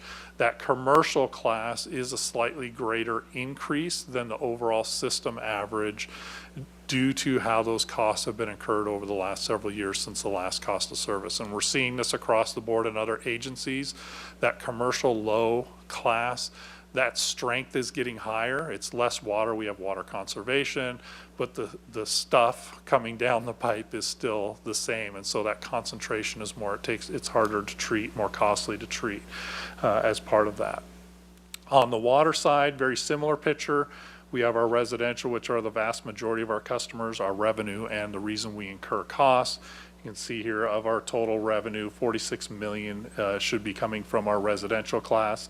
On this slide, recycled water, which is the second column, that is a separate calculation of cost, that is specific cost to the recycled water system, and separated out as part of that, but we wanted to include that here as part of our, and it is part of our rate schedule. Then we have our commercial industrial, and then our different irrigation customers, and then private fire services, which is the service lines coming in for the sprinkler systems in buildings like this. So once we know the overall revenue needs, we proportionally distribute costs, then we can develop our proposed rates. And again, these are our maximum proposed rates for the time period. So at the end of this, with the recommendation of noticing customers and holding a public hearing, these are those maximum rates. We cannot go above that without going through another Prop 218 process. And as I mentioned, year one are based on cost of service. Years 2 through 4 are based on the percentage adjustments. We've recommended no rate adjustments. So how you're charging the customers, only the level of the rates are changing. And we developed the wastewater and water rate schedules for the respective customer classes that you have in place today. So to kick it off with wastewater rate design, it's a flat fixed charge plus a volume charge up to a cap. In this case, the cap for single family is 8 HCF. HCF is 100 cubic feet. Each 100 cubic feet is 748 gallons. And so that cap is there in place to reflect that water use above 8 HCF is generally outdoor watering for the typical resident, single-family customer, and that water is not impacting the wastewater system. It's going in the yards, not down the pipes to El Estero to be treated. So you can see the changes here in the base fee, currently $27 to $29.90 and increasing in the out years. And then the volume charge from $4.28 to $4.53 per HCF as part of that. The multifamily customers have the same charge and same rates as single-family customers, but there is no cap. Now, having said that, the typical average use per dwelling unit for a multifamily complex is 4 HCF. So the cap of 8 would not impact that. These customers on average use less. So when you think of a multifamily complex, take the total water, divide by the number of living units, it's that 4 HCF on average. Many of these customers also have separate irrigation meters, so they have outdoor use through a different meter and it does not impact their wastewater bill.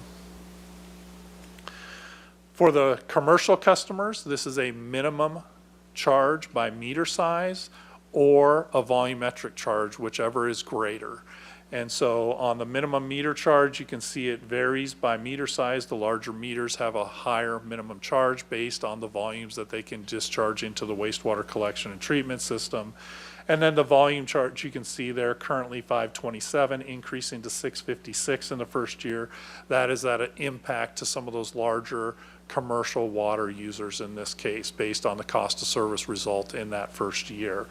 And so as noted here on the slide, the majority of the commercial customers only pay a minimum bill. There's those larger water users that go over that minimum each month over time. Same structure and approach for our commercial high-strength customers.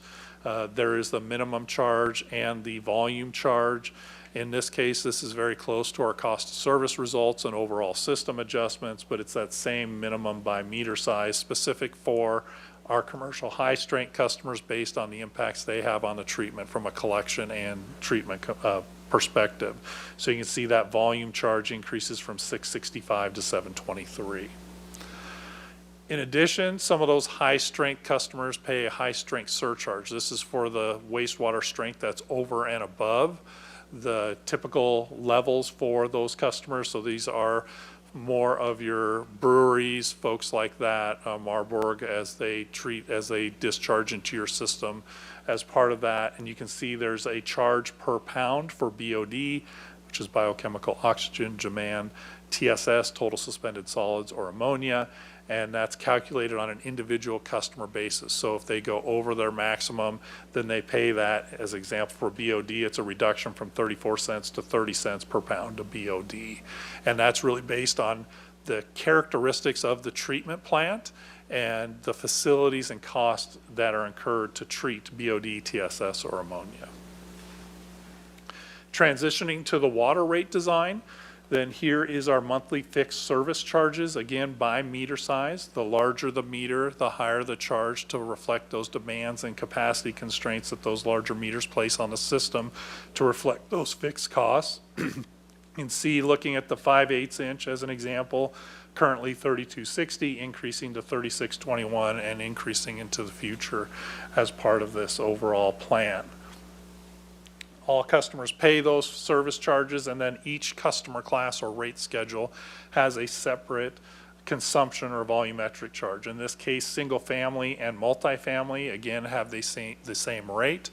On the multifamily side, it's per dwelling unit, so number of units that are in that multifamily complex, and that consumption tier 0 to 4, 4 to 16, and over 16 reflects our typical consumption patterns of that average single-family customer. So that reflects that usage, kind of the indoor winter use, the outdoor summer use, and over outdoor summer uses as part of that. You can see how those rates are increasing by tier size as well as each year. The tier size change is based on the water supply cost. So we look at groundwater again, all the way up to desal water, the cost associated with that, and how much water is available for each customer class and each source based on council prioritization. Recycled water is a uniform rate, again, based on those specific costs just for recycled water customers. Commercial and industrial customers, the bottom part of the chart here, they have an allotment that's set for each customer based on their prior use, and that first tier is up to their allotment, and then they pay the highest tier like you see on the 16 plus for residential customers for everything over their allotment. On irrigation customers, there is a specific budget for each customer based on their irrigable needs and how they are using water. Very similar approach up to budget based on council prioritization. You can see that irrigation ag has that lowest rate up to budget, and then that increases for irrigation rec, and then for irrigation urban. And then everything over budget is based at that highest cost tier like it is for our residential customers. So what does this all mean for your typical customer?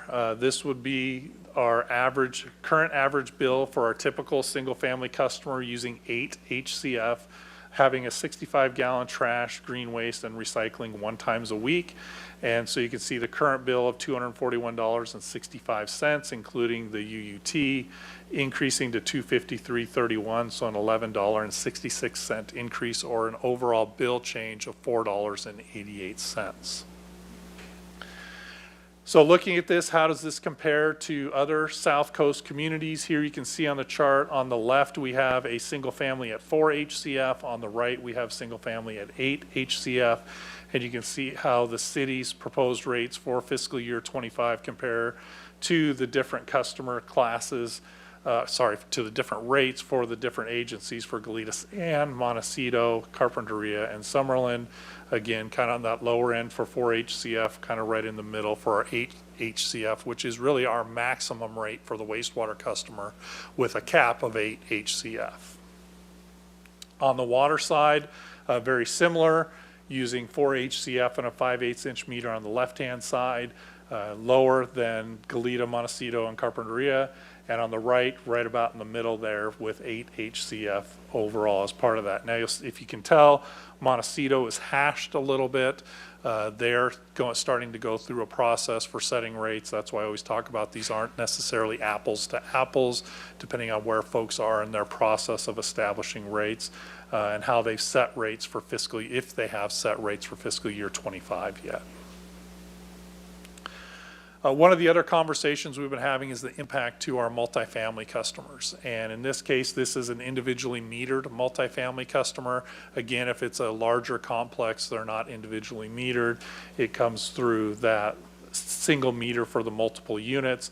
But here for an individually metered with the water, wastewater, and UUT, it's a $9.38 increase, again, assuming that average 4 HCF per unit for these multifamily individually metered customers, which is a 9.4%. Again, they don't have trash, so they don't have the bill change for that as part of this. And then here's how our wastewater bill for our apartment or condo compares for the South Coast. Again, kind of right in the middle on the lower end here for the wastewater side, based on looking at Goleta, Sam, Montecito, Carpinteria, and Summerlin sanitary districts as part of that. So still right in that reasonable range from a comparison. Again, not an apples to apples, but gives you an idea of what others are paying. And very similar on the water side for these apartment or condos that are individually metered. Again, on the lower end here for those three comparisons. Looking at the commercial side, again, we pulled this out just because the commercial rate is going up a bit more than the system average. You can see here as part of that, this is the combined water, wastewater bill on the left using 6 HCF, so more of an office or retail customer. Still pretty much in line, a little more in Ventura, and then less than Solvang and San Luis Obispo. And then on the right, having a larger commercial with 80 HCF with a 1-inch meter. You can see higher than Ventura and Solvang, but still lower than City of San Luis Obispo as part of that. So something we wanted to look at given the impact we saw on the cost of service for those customers. And with that, I will turn it over to solid waste. Thank you, Mr. Korn. Mayor Rouse, council members, I am Dustin Murbach with the Sustainability and Resilience Department. I am an environmental specialist, and today I will be discussing the proposed solid waste rates. What we're going to talk today about are the premise for why these rates are increasing, and the takeaway is going to be that for the typical single-family residential customer, we are going to see a 1.3% rate increase with an overall solid waste rate increase revenue requirement of 1.9%. We're going to talk about the elements that are affecting the revenue and service stability. We are going to discuss the components of those revenue requirements, as well as what those rates are specifically going to look like for some representative customers.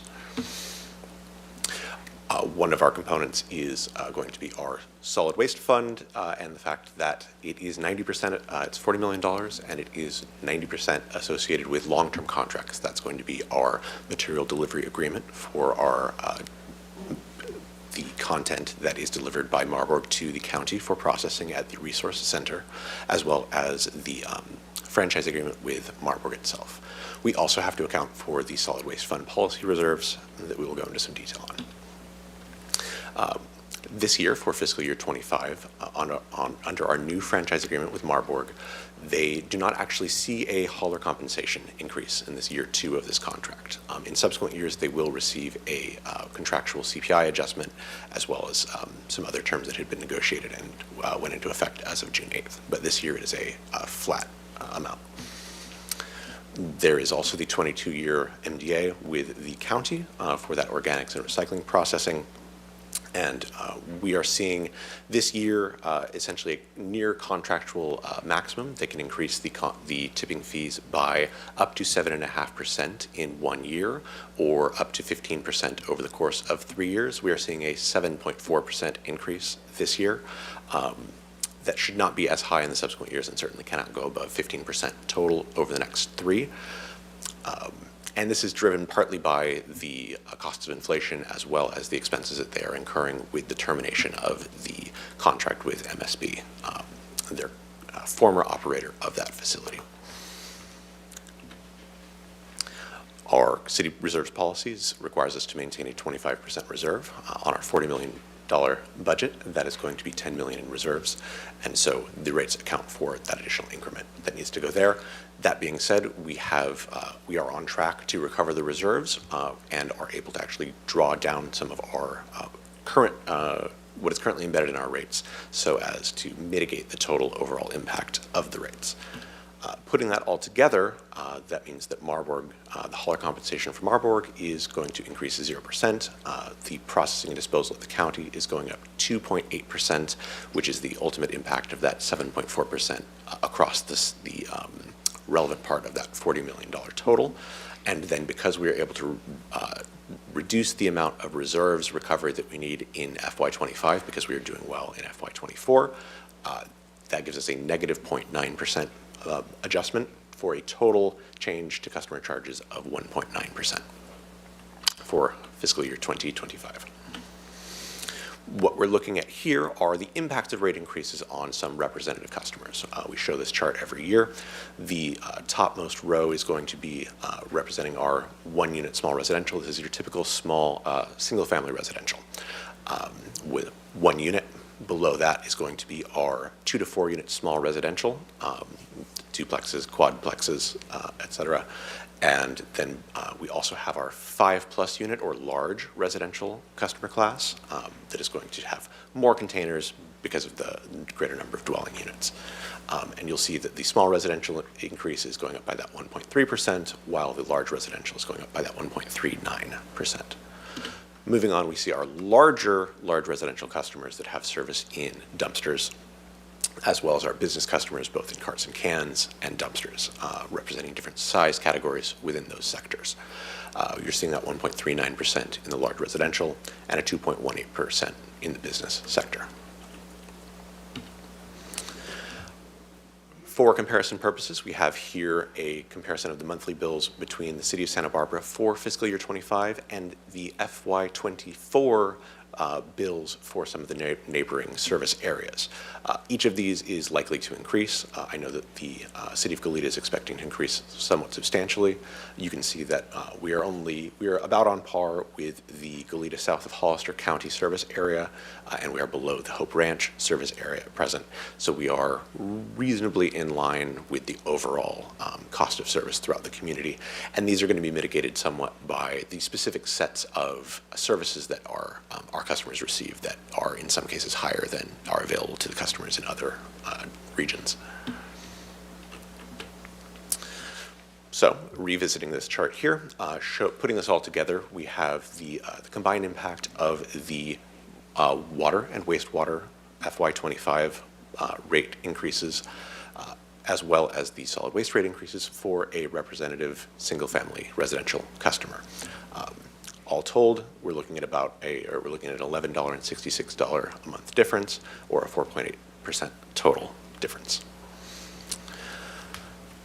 Moving on from that, part of the purpose of this presentation is to discuss, or is to seek approval for our Prop 218 notices to be mailed out to customers. This is a state requirement that we provide this notice, which is a summary of what was included in this presentation to all of the customers, to every account that has wastewater, water, or solid waste service, notifying them of the change and giving them the opportunity to file an official protest.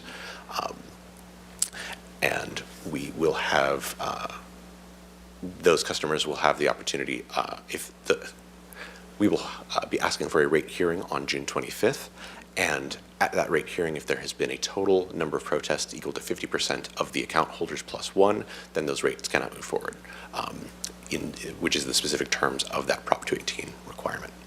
And with that, I'm going to hand it back over to Water to discuss their Prop 218 notices, as well as some elaboration of that process. All right, thank you, Mr. Murback. So this is the wastewater Prop 218 notice, the draft notice, and similar to solid waste, it includes the rate timing as well as the proposed hearing date, time, and location, and it is legally required. As Mr. Murback mentioned before, these will be mailed, physically mailed to account holders, and then for those that we have email addresses, we will send an email as well. And then here is the draft notice for water, and it has the same requirements. The main difference are the rates, the actual rates. Along with the Prop 218 notices, we are going to be sending out an outreach flyer, and this is going to include reasons behind the rate increase that we need in order to sustain our infrastructure. And then it's also going to have a customer resource section as well. And this will be mailed to everybody. We understand that the proposed rate increases for wastewater and water are higher than in prior years. And so it is important to us that we do communicate with the community and help them to understand why these are needed. We have been including articles, and we will continue to include articles in the monthly utility bill insert, as well as the City News and Brief and the quarterly Water Resources newsletter. The WaterSmart customer portal is new. It was rolled out in the past couple of months, and that is where customers will be able to look at their water usage as well as pay bills online. And so that has a announcement section that we're going to take advantage of and advertise the public hearing. As mentioned before, the Prop 218 notice is legally required, and it is mailed out to account holders. In addition to this, we will be mailing out our Water Resources annual report, or our customer confidence report, and that will have several articles highlighting the need for the increases. And those will be mailed to every mailbox within the city limits, and that is planned to be mailed in May. We will have a web page specific to our current rate changes for water, wastewater, and solid waste. I will speak specifically for the wastewater and water. It will have some facts, some frequently asked questions, as well as links to relevant Water Commission meetings, Finance Committee meetings, and Council meetings, and a link to customer resources. We are also going to have a public information webinar for wastewater and water rates specifically, and that will be on May 22nd at 6 p.m. This will be recorded and posted on that website, and after the live event, a Spanish version will be posted on the website as well. And everything that's denoted with Spanish next to it, there's going to be an English-Spanish version. Okay, next steps. So we've had a couple of public meetings so far in regards to the water and wastewater rates. And if this moves forward today, we will be mailing out the notice for the public hearing on April 24th. And as mentioned, on May 22nd, we will be having that webinar at 6 p.m. And then the public hearing will be on June 25th back here at Council. And if everything goes well there, the adoption is slated for July 2nd. We are looking for recommendations today. The first is to receive a presentation on these proposed rates for water, wastewater, and solid waste. But the important aspect here is to set that public hearing date, and we need council approval to set that public hearing date of June 25th at 2 p.m. for consideration of increases to the city's water, wastewater, and solid waste rates. And we're looking for council to direct staff to send that public notice, that notice of public hearing to customers, informing them of these proposed increases, as well as that public hearing date of June 25th. And with that, we are here to answer questions. All right, very good. We have questions from council. Ms. Snedden actually had reached out, and then we'll go to, Ms. Harmon reached out, and I'll go to Ms. Snedden. Ms. Harmon? Thank you, Mr. Mayor. Just one question, and we went over it at Finance Committee, so I apologize for going over it again. I just want to be totally clear for this hearing as well. So I understand with regard to the reserve policy, what's being proposed here is, or what you're suggesting is pushing out the replenishment of the reserves rather than lowering the reserve requirement. Is that correct? Correct. So my understanding when we had this hearing back in February, and I did rewatch the hearing in between, so I guess there was a major confusion. It didn't it didn't seem super confusing to me then, so I apologize, I guess, that I wasn't clear, but my understanding was that we were also going to have an analysis of what a reduction of the reserve policy would look like. And again, I want to be clear. I understand that what you've done here is effectively reduce the reserve requirement for 7-ish years, but my interest was in having a larger conversation about what it would look like to permanently make that reduction. And I think Mr. Hagmark indicated that that would be coming. And what I would really be looking for, and my question is, do we have tonight like a chart that says if we reduce the 25% by 3%, the rate impacts would be X, the impacts to our bond rating would be X. If we reduce the reserve requirement by 10%, the rate impacts would be Y, the impacts to our bond ratings would be Y. Like just a real sort of clear, and again, I understand that you have provided an alternative, but I'm still interested in that analysis of the fundamental question that I was trying to get at back in February. And I think from Finance Committee, my understanding is that we don't have that today. I just want to confirm that that's indeed true. That is true. We tried, our understanding from that meeting was that we couldn't necessarily change the policy, so we were working within the guidelines of that policy, and so this is what we came up with as a solution, but we are happy to go back and look. Thank you. All right, very good. Ms. Sneddon. Thank you, Mayor Rouse. I think we've all heard this a few times, this presentation. Just a question about slide 48. And I think it's a comment that was at Water Commission, and it was a comment I had, but that the outreach information, and it's just a question on whether it was considered and then maybe not, or rejected, or, but that maybe ratepayers might be more interested in the emphasis on delivery of clean water now as opposed to investment in future things, and the water main replacement. And like, while we internally know that that's an investment now that saves ratepayers later, there was the discussion at Water Commission about maybe having the outreach information be more, I don't know, humanistic, ratepayer, like, oh, this is the cost of the energy or the actual delivery of clean drinking water. Mr. Hagmark. Councilmember Rouse, Councilmember Sneddon, appreciate the question. And yeah, there was a lively discussion at Water Commission about it, about how we would capture this. And this is only one of the materials that we are creating and putting out there.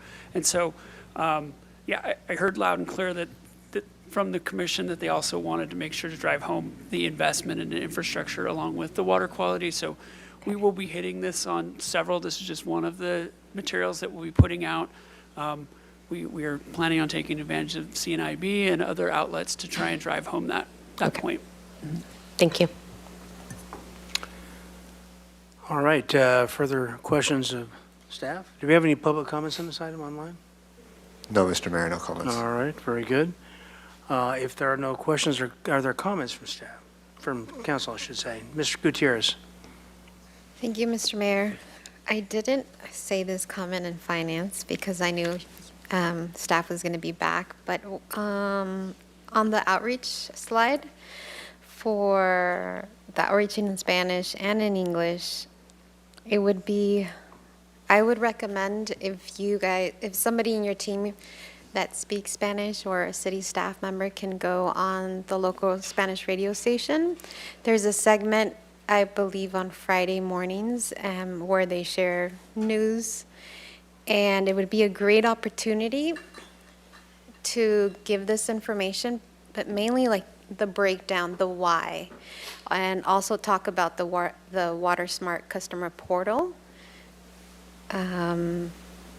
And if we can get a piece in the local Channel 3 News to talk about the portal, that it's a fairly new system that the city is using, but the why is really important for the Spanish-speaking community, and that radio station is, I believe, the only Spanish radio stations So if you can have somebody that can just give information, that'd be great. Thank you.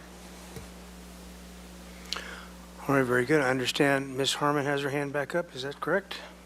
Yes, thank you, Mr. Mayor. Just wanted to say first, again, as I said at Finance, really appreciate all the work that has gone into this. I do understand and have great respect for the amount of expertise that's required to do this work. So I need to foreground my comments first in that. I very much appreciate how hard our staff has worked to move this forward, and it's not a good it's not a good situation to be in, but I do believe strongly that you all have been thoughtful and really put our residents' needs first. So I have to say that I appreciate that. However, in terms of my support for this item today, I don't feel that I have the information that I need to be able to support this item. I respect that there was confusion about what we thought was coming back. Again, in rewatching the hearing, I'm not sure how much clearer it could have been, but for me personally, in order to be able to vote in favor for this item, I really did need to see that analysis. And so understanding that it's not something that we have today, respectfully, I will be voting no. Thank you. Mr. Friedman. Thank you, Mr. Mayor. Most of my comments were made in finance to this topic earlier today, but I'll just say that it's never ideal to raise the rates at especially at the level of the water and the wastewater over an extended period of years. But we do need to keep up our infrastructure for those two critical facilities. Those are extremely important. If either one of those were to fail, it would have ramifications for every single resident in the city, especially wastewater, where you would have environmental hazards if that system were to fail because we weren't able to keep it up. On the personal side, I understand the impacts. Just to where I live, the water, wastewater, and the trash are all included in the fee, so they're not individually metered. And there's both owner-occupied and rental properties there. And you combine that with the crazy insurance market, in the last few years, that has led to a few $100s a month in increases. So I definitely, like all the public, understand what this impact would be, but we wouldn't be doing our job if we weren't making the proper investments now, because emergency responses would cost us tens of millions of dollars more. So I'll make the motion to move the staff recommendation forward. Mr. Friedman, would you clarify? I think there's probably B and C. Yes, the A, B, and C, yeah. I second. Okay, first and second, whoever won that race. You got it right, Austin. We have a, excuse me, we have a motion from Councilmember Friedman, seconded by Councilmember Alejandro Gutierrez to accept all staff recommendations. Councilmember Harmon, can we get your vote, please? No. Councilmember Oscar Gutierrez? Yes. Councilmember Friedman? Yes. Mayor Pro Tem Jordan? Yes. Councilmember Sneddon? Yes. Councilmember Alejandro Gutierrez? Yes. Mayor Rouse? Aye.